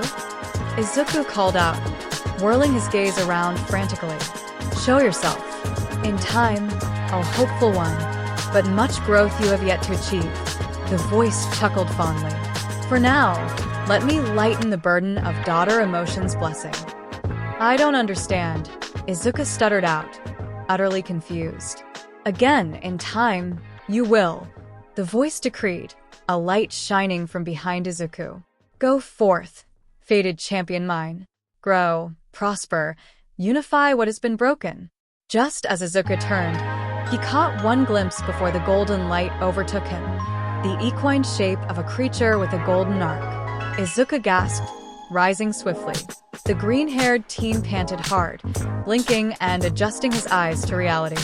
Boss/Izuku. Pikachu's and Eevee's voices exclaimed, feeling the two pressed onto him. Gee guys. Izuku muttered, you're out your balls. The two couldn't wait to ascertain your condition, Master Izuku. Frokus spoke telepathically. Yeah, that sounds like them, Froki, Izuku muttered, rubbing his head. Oh, thank goodness, you're alright. Combuskin sighed, relieved. I was worried that you may have forgotten about us. Forgotten? Izuku repeated, confused. Midoriya. Taisher's voice rang in front of him. Izuku rubbed his eyes, adjusting them further to see the Pokemon professor's serious and worried gaze. Are you alright? Do you know who and where we are?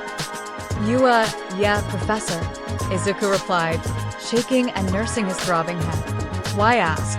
When Uxie opens her eyes, stolen memories are one of the many side effects, Taisher answered, adjusting his glasses as he inspected his emerald-eyed student.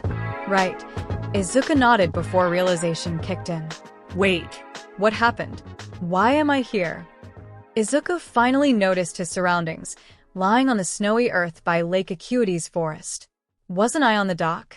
After Uxie shined her eyes, the 3 of you collapsed, Taisha revealed, fiddling with his amulet. By the time I arrived, Uxie had disappeared back into the lake. Yeah, it was freaky, Pikachu muttered, shuddering. We felt something through you, and then felt you collapse and pass out. Eevee couldn't wake either of you 3. 3 of Dash, Izuku's eyes widened, whirling around him. Quickly, he spotted Todoroki lying on his left, his Vulpix and Ninetales by his side, and Hagakure on his right, attended to by her Zorua.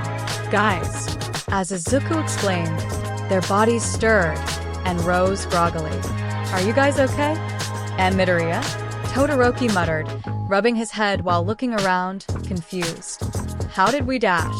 I moved your bodies after Uxie shined her eyes at you three. Taisha responded. How are you feeling, Mr. Todoroki? Are you dash? Fixed. Todoroki guessed Taisha's question, nodding. yes. The barrier, or whatever Uxie did, is gone. I remember. Todoroki looked to Ninetales and Vulpix. I remember everything. Ninetales' soft huff sounded the equivalent of a sigh of relief. Vulpix merely tilted his head in response. Todoroki regarded his two longest partners before surging forward and embracing them. I'm sorry, Todoroki said softly. I'm sorry for forgetting. Sorry for everything I did. You two stuck by me through it all yet kept your promise to Mother. You helped guide me back. I'll make it all right. I promise. Ninetales cooed and rubbed her head against his comfortingly. Vulpix was still at first, yet relaxed, and pressed his head on Todoroki's chest, lying limply and tired, hearing his trainer's honest heartbeat. Ugh. Hagakure groaned. Her body rose, her arm sleeve rubbing near her head. Can I get a number of that bus? Her Zorua yipped happily and lunged onto her chest, rubbing its head on her. Hey Loki. Toru. Izuku turned his attention to his friend, carefully placing a hand on her shoulder. Hey, are you okay? Yeah, easy, I'm fine. I dash. Hagakure paused. Her arm sleeve moved from her head to in front of her, likely staring at it, and her invisible hand. Izuku blinked, confused and concerned by her sudden pause. Suddenly, where Toru's sleeve cut off into nothing, light shimmered and colors blended, slowly forming the shape of a hand. Izuku, Todoroki, Taisha, and the Pokemon all stared in wonder as a pale hand appeared. The same occurred by Hagakure's head, pale white cheeks forming, brushed against by rapidly revealing chartreuse and pink-splotched hair. Izuku's emerald eyes widened in amazement as they stared at teal eyes with a ring of yellow around the pupils. Toru? Izuku gasped, his breath stolen away as his cheeks grew pink. With the last wild strand of hair colored, the guys and Pokemon gaped at the shocked countenance of Toru Hagakure's true form.